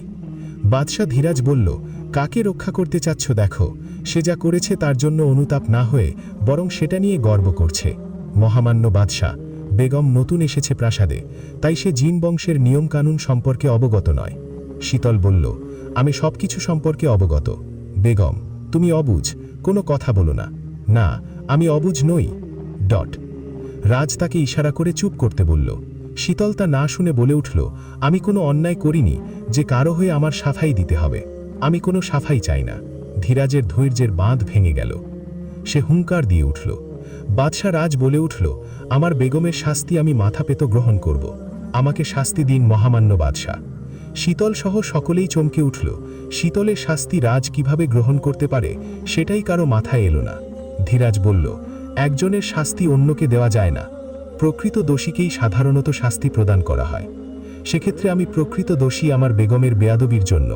কেননা আমি স্বামী হয়ে আমার স্ত্রীকে আমাদের বংশের নিয়মকানুন শিখাতে পারিনি। এটা আমার ব্যর্থতা। আমি এখন তার অভিভাবক। তার সকল দায়িত্ব যেমন আমার ওপর, তেমনিভাবে তার সকল বেয়াদবির ভারও আমার ওপর। আমি আশা করব আমার ব্যর্থতার জন্য আমাকে কঠোর শাস্তি দেওয়া হোক। শীতল একেবারে চুপচাপ হয়ে গেছে রাজের কথাগুলো শুনে। উপস্থিত থাকা সকলেই বিস্মিত। বাদশাহ ধীরাজ হেসে বলল, সামান্য মানবীর জন্য বাদশাহ হয়ে অপরাধীর মতো সাজা ভোগ করতে তোমার সম্মানের হানি হবে না? রাজ শান্ত স্বরে বলল, সে সামান্য মানবী হলেও আমার স্ত্রী। আমার সম্মানের থেকেও ওর সম্মান বড়। আমি বেঁচে থাকতে তার সম্মানে একটুকুও আঁচড় লাগতে দেব না। সিপাহীগণ, নিয়ে যাও এই মূর্খ বাদশাকে কালকুঠুরির কারাগারে। লক্ষাধিক সৈন্য পাহারা বসাও, যেন বাদশাহ কারাগার থেকে বের হতে না পারে। রাজ হেসে বলল, সেটার প্রয়োজন নেই, আমি একা যেতে পারব। আমার বাদশাহ, আপনার ভয় পাওয়ার কিছু নেই। আমি বের হওয়ার চেষ্টা করব না শাস্তির মেয়াদ শেষ হওয়ার পূর্বে। আমি নিজ থেকেই কারাগারে বন্দী থাকব, শাস্তি ভোগ করব। আপনি নিশ্চিত থাকুন। আমার একটাই আরজি বাদশার কাছে, যতদিন আমি বন্দী থাকব ততদিন যেন আমার স্ত্রীর দায়িত্ব আপনি নেবেন। সে আপনার কাছে আমার গচ্ছিত আমানত। রাজ ধীরাজ ইশারা দিয়ে আরজি গ্রহণ করল। রাজ চলে গেল কালকুঠুরির দিকে। লায়লা তাকে আটকানোর চেষ্টা করছে। রাজ চলে যাওয়ার পর শীতলের মনে হল এক ঝক হাওয়া তার উপর প্রবাহিত হল। সে অনেকক্ষণ তাকিয়ে রইল তার যাওয়ার পথে। শীতল একেবারে স্তব্ধ হয়ে নিজের কক্ষে ফিরল। বিছানায় গা এলিয়ে শুয়ে শুয়ে সে জিনরাজের কথা ভাবতে লাগল। জিনরাজ তার জন্যে যা করল তা বিশ্বাস হচ্ছে না। সত্যি কি এমন ঘটনা ঘটেছে? জিনরাজ কি ভয়ঙ্কর কালকুঠুরিতে শাস্তি ভোগ করছে? কিছুক্ষণের মধ্যে শীতলের মন শূন্যতা অনুভব করল। তার একাকিত্ব অনুভব হচ্ছে। প্রাসাদ ভর্তি লোকজনদের উপস্থিতি তার একাকিত্ব দূর করতে পারছে না। মনে হচ্ছে প্রাসাদ খালি। প্রাসাদে সে ছাড়া যেন কেউ নেই। সে বুঝতে পারল জিনরাজের অনুপস্থিতি পুরো প্রাসাদকে শূন্যতায় ডুবিয়ে দিয়েছে। শীতলের মন প্রচণ্ড অস্থির হয়ে আছে। এই অস্থিরতা ক্রমশই বাড়ছে। মনে হচ্ছে তার হৃদয় শরীর ভেদ করে বের হয়ে আসবে। পূর্বে কখনো এমন অনুভূতি হয়নি। শীতল সারাদিন কিছু মুখে দিল না। পরীরা তার জন্যে কয়েকবার ভোজ সাজিয়েছে, জোর জবরদস্তি করেছে, তাতেও লাভ হল না। বাদশাহ ধীরাজ বহুদিন পর নিজের পুরনো সিংহাসনে বসে আছে। তার আনন্দ হওয়ার কথা ছিল, কিন্তু সে আনন্দিত হতে পারছে না এক অজানা ভয়ের জন্যে। তার রেখে যাওয়া পুরনো পুত্র আর সেই পুত্র নয়। সে বদলে যাচ্ছে, কারণ ভালোবাসা নামক রোগ তার শরীরে বাসা বেঁধেছে। এ রোগ থেকে আরোগ্য লাভ করার পথ নেই। সে ভয়ঙ্করভাবে একজন মানবীর প্রেমে পড়েছে। তার সব কিছু জুড়ে এখন সেই মানবী। সিংহাসন, ক্ষমতা, ঐশ্বর্য সবকিছুই তার কাছে তুচ্ছ। তার হৃদয়ে জন্ম নেওয়া প্রেম তাকে নিজের জিন সত্তা থেকে বদলে দিচ্ছে। এই বদল হবে তার নিজের জন্যেই ধ্বংসের কারণ। তার প্রিয় পুত্র এখন একজন মানবীর জন্যে কালকুঠুরিতে অবস্থান করছে। নিজের ধ্বংসের দিকে সে এক পা এগিয়ে গেছে ইতোমধ্যে। এভাবে চলতে থাকলে জিন বংশ ধ্বংস হয়ে যাবে। মহান জিন বংশকে ধ্বংসের হাত থেকে বাঁচানোর জন্যে একটি মৃত্যু যথেষ্ট। রাজ কালকুঠুরিতে অবস্থান করছে শীতলের জন্যে। এটা কিছুতেই মেনে নিতে পারছে না শীতল। প্রচণ্ড আফসোস হচ্ছে তার। লায়লা কিছুক্ষণ পূর্বে তাকে কথা শুনিয়ে গেল। তার জন্যে লায়লার বাগদত্তা স্বামী কারাগারে, এটা লায়লা মানতে রাজি নয়।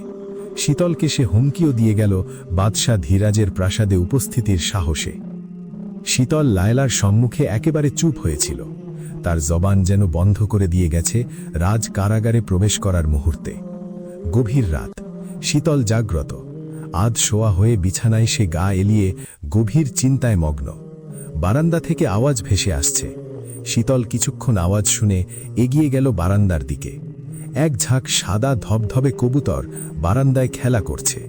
শীতলের উপস্থিতিতে সবাই থমকে গেল। এক দৃষ্টিতে তার দিকে তাকিয়ে রইল। হঠাৎ একটি কবুতর তার দিকে এগিয়ে আসতে আসতে সাদা কাগজ হয়ে নিচে পড়ে গেল। সেই সাথে সব কয়টা কবুতর হাওয়ায় মিলিয়ে গেল। শীতল সাদা কাগজটা হাতে নিয়ে বুঝতে পারল এটা পত্র। পত্রের ওপর রাজের নাম লেখা। রাজ লিখেছে, প্রিয় বেগম, আমি তোমার সুন্দর মুখশ্রী না দেখতে দেখতে পাগল হয়ে যাচ্ছি। প্রহরীদের চোখ ফাঁকি দিয়ে কাল কুঠুরি থেকে কিছুক্ষণের জন্য আমি বের হয়ে এসেছি। গোলাপ কাননে তোমার জন্য অপেক্ষা করছি। তোমাকে এক নজর চোখের দেখা দেখেই আমি কাল কুঠুরিতে প্রস্থান করব। পত্র পাওয়া মাত্রই তুমি রওনা হবে। ইতি, তোমার অপেক্ষায় থাকা জিন রাজ। শীতল পত্রটা কক্ষের তাকের উপর রেখে রওনা হলে গোলাপ কানুনের দিকে। গোলাপ কানুন চাঁদের আলোয় চকচক করছে। শীতল কানুনে প্রবেশ করে রাজকে খুঁজতে খুঁজতে গভীর কানুনের ভেতর প্রবেশ করল। চারদিক থমথমে পরিবেশ। এই কানুন রাজকীয় কানুন। এখানে রাজবংশ ছাড়া কেউ প্রবেশ করতে পারে না। শীতল খুব ঠান্ডা হাওয়া অনুভব করল। তার কোমরে কেউ স্পর্শ করেছে, গলায় স্পর্শ করছে, পায়ে তরল জাতীয় কিছু একটা অনুভব হচ্ছে। জিনিসটা পা বেয়ে উপরে উঠছে। শীতল বুঝতে পারল সে ফাঁদে পড়েছে। রাজের নামে অন্য কেউ তাকে পত্র প্রেরণ করে গোলাপ কানুনে নিয়ে এসেছে। শীতলকে পালাতে হবে। শীতল পালাবে, দূর এক পাও এগোতে পারল না। তরল জাতীয় জিনিসটা তাকে আষ্টে পৃষ্ঠে জড়িয়ে ধরে আছে। গোলাপ কানুনটা মুহূর্তেই অতিপ্রাকৃত ভয়ঙ্কর পরিবেশের রূপ নিয়েছে। চাঁদের আলো আর কানুনে আসছে না।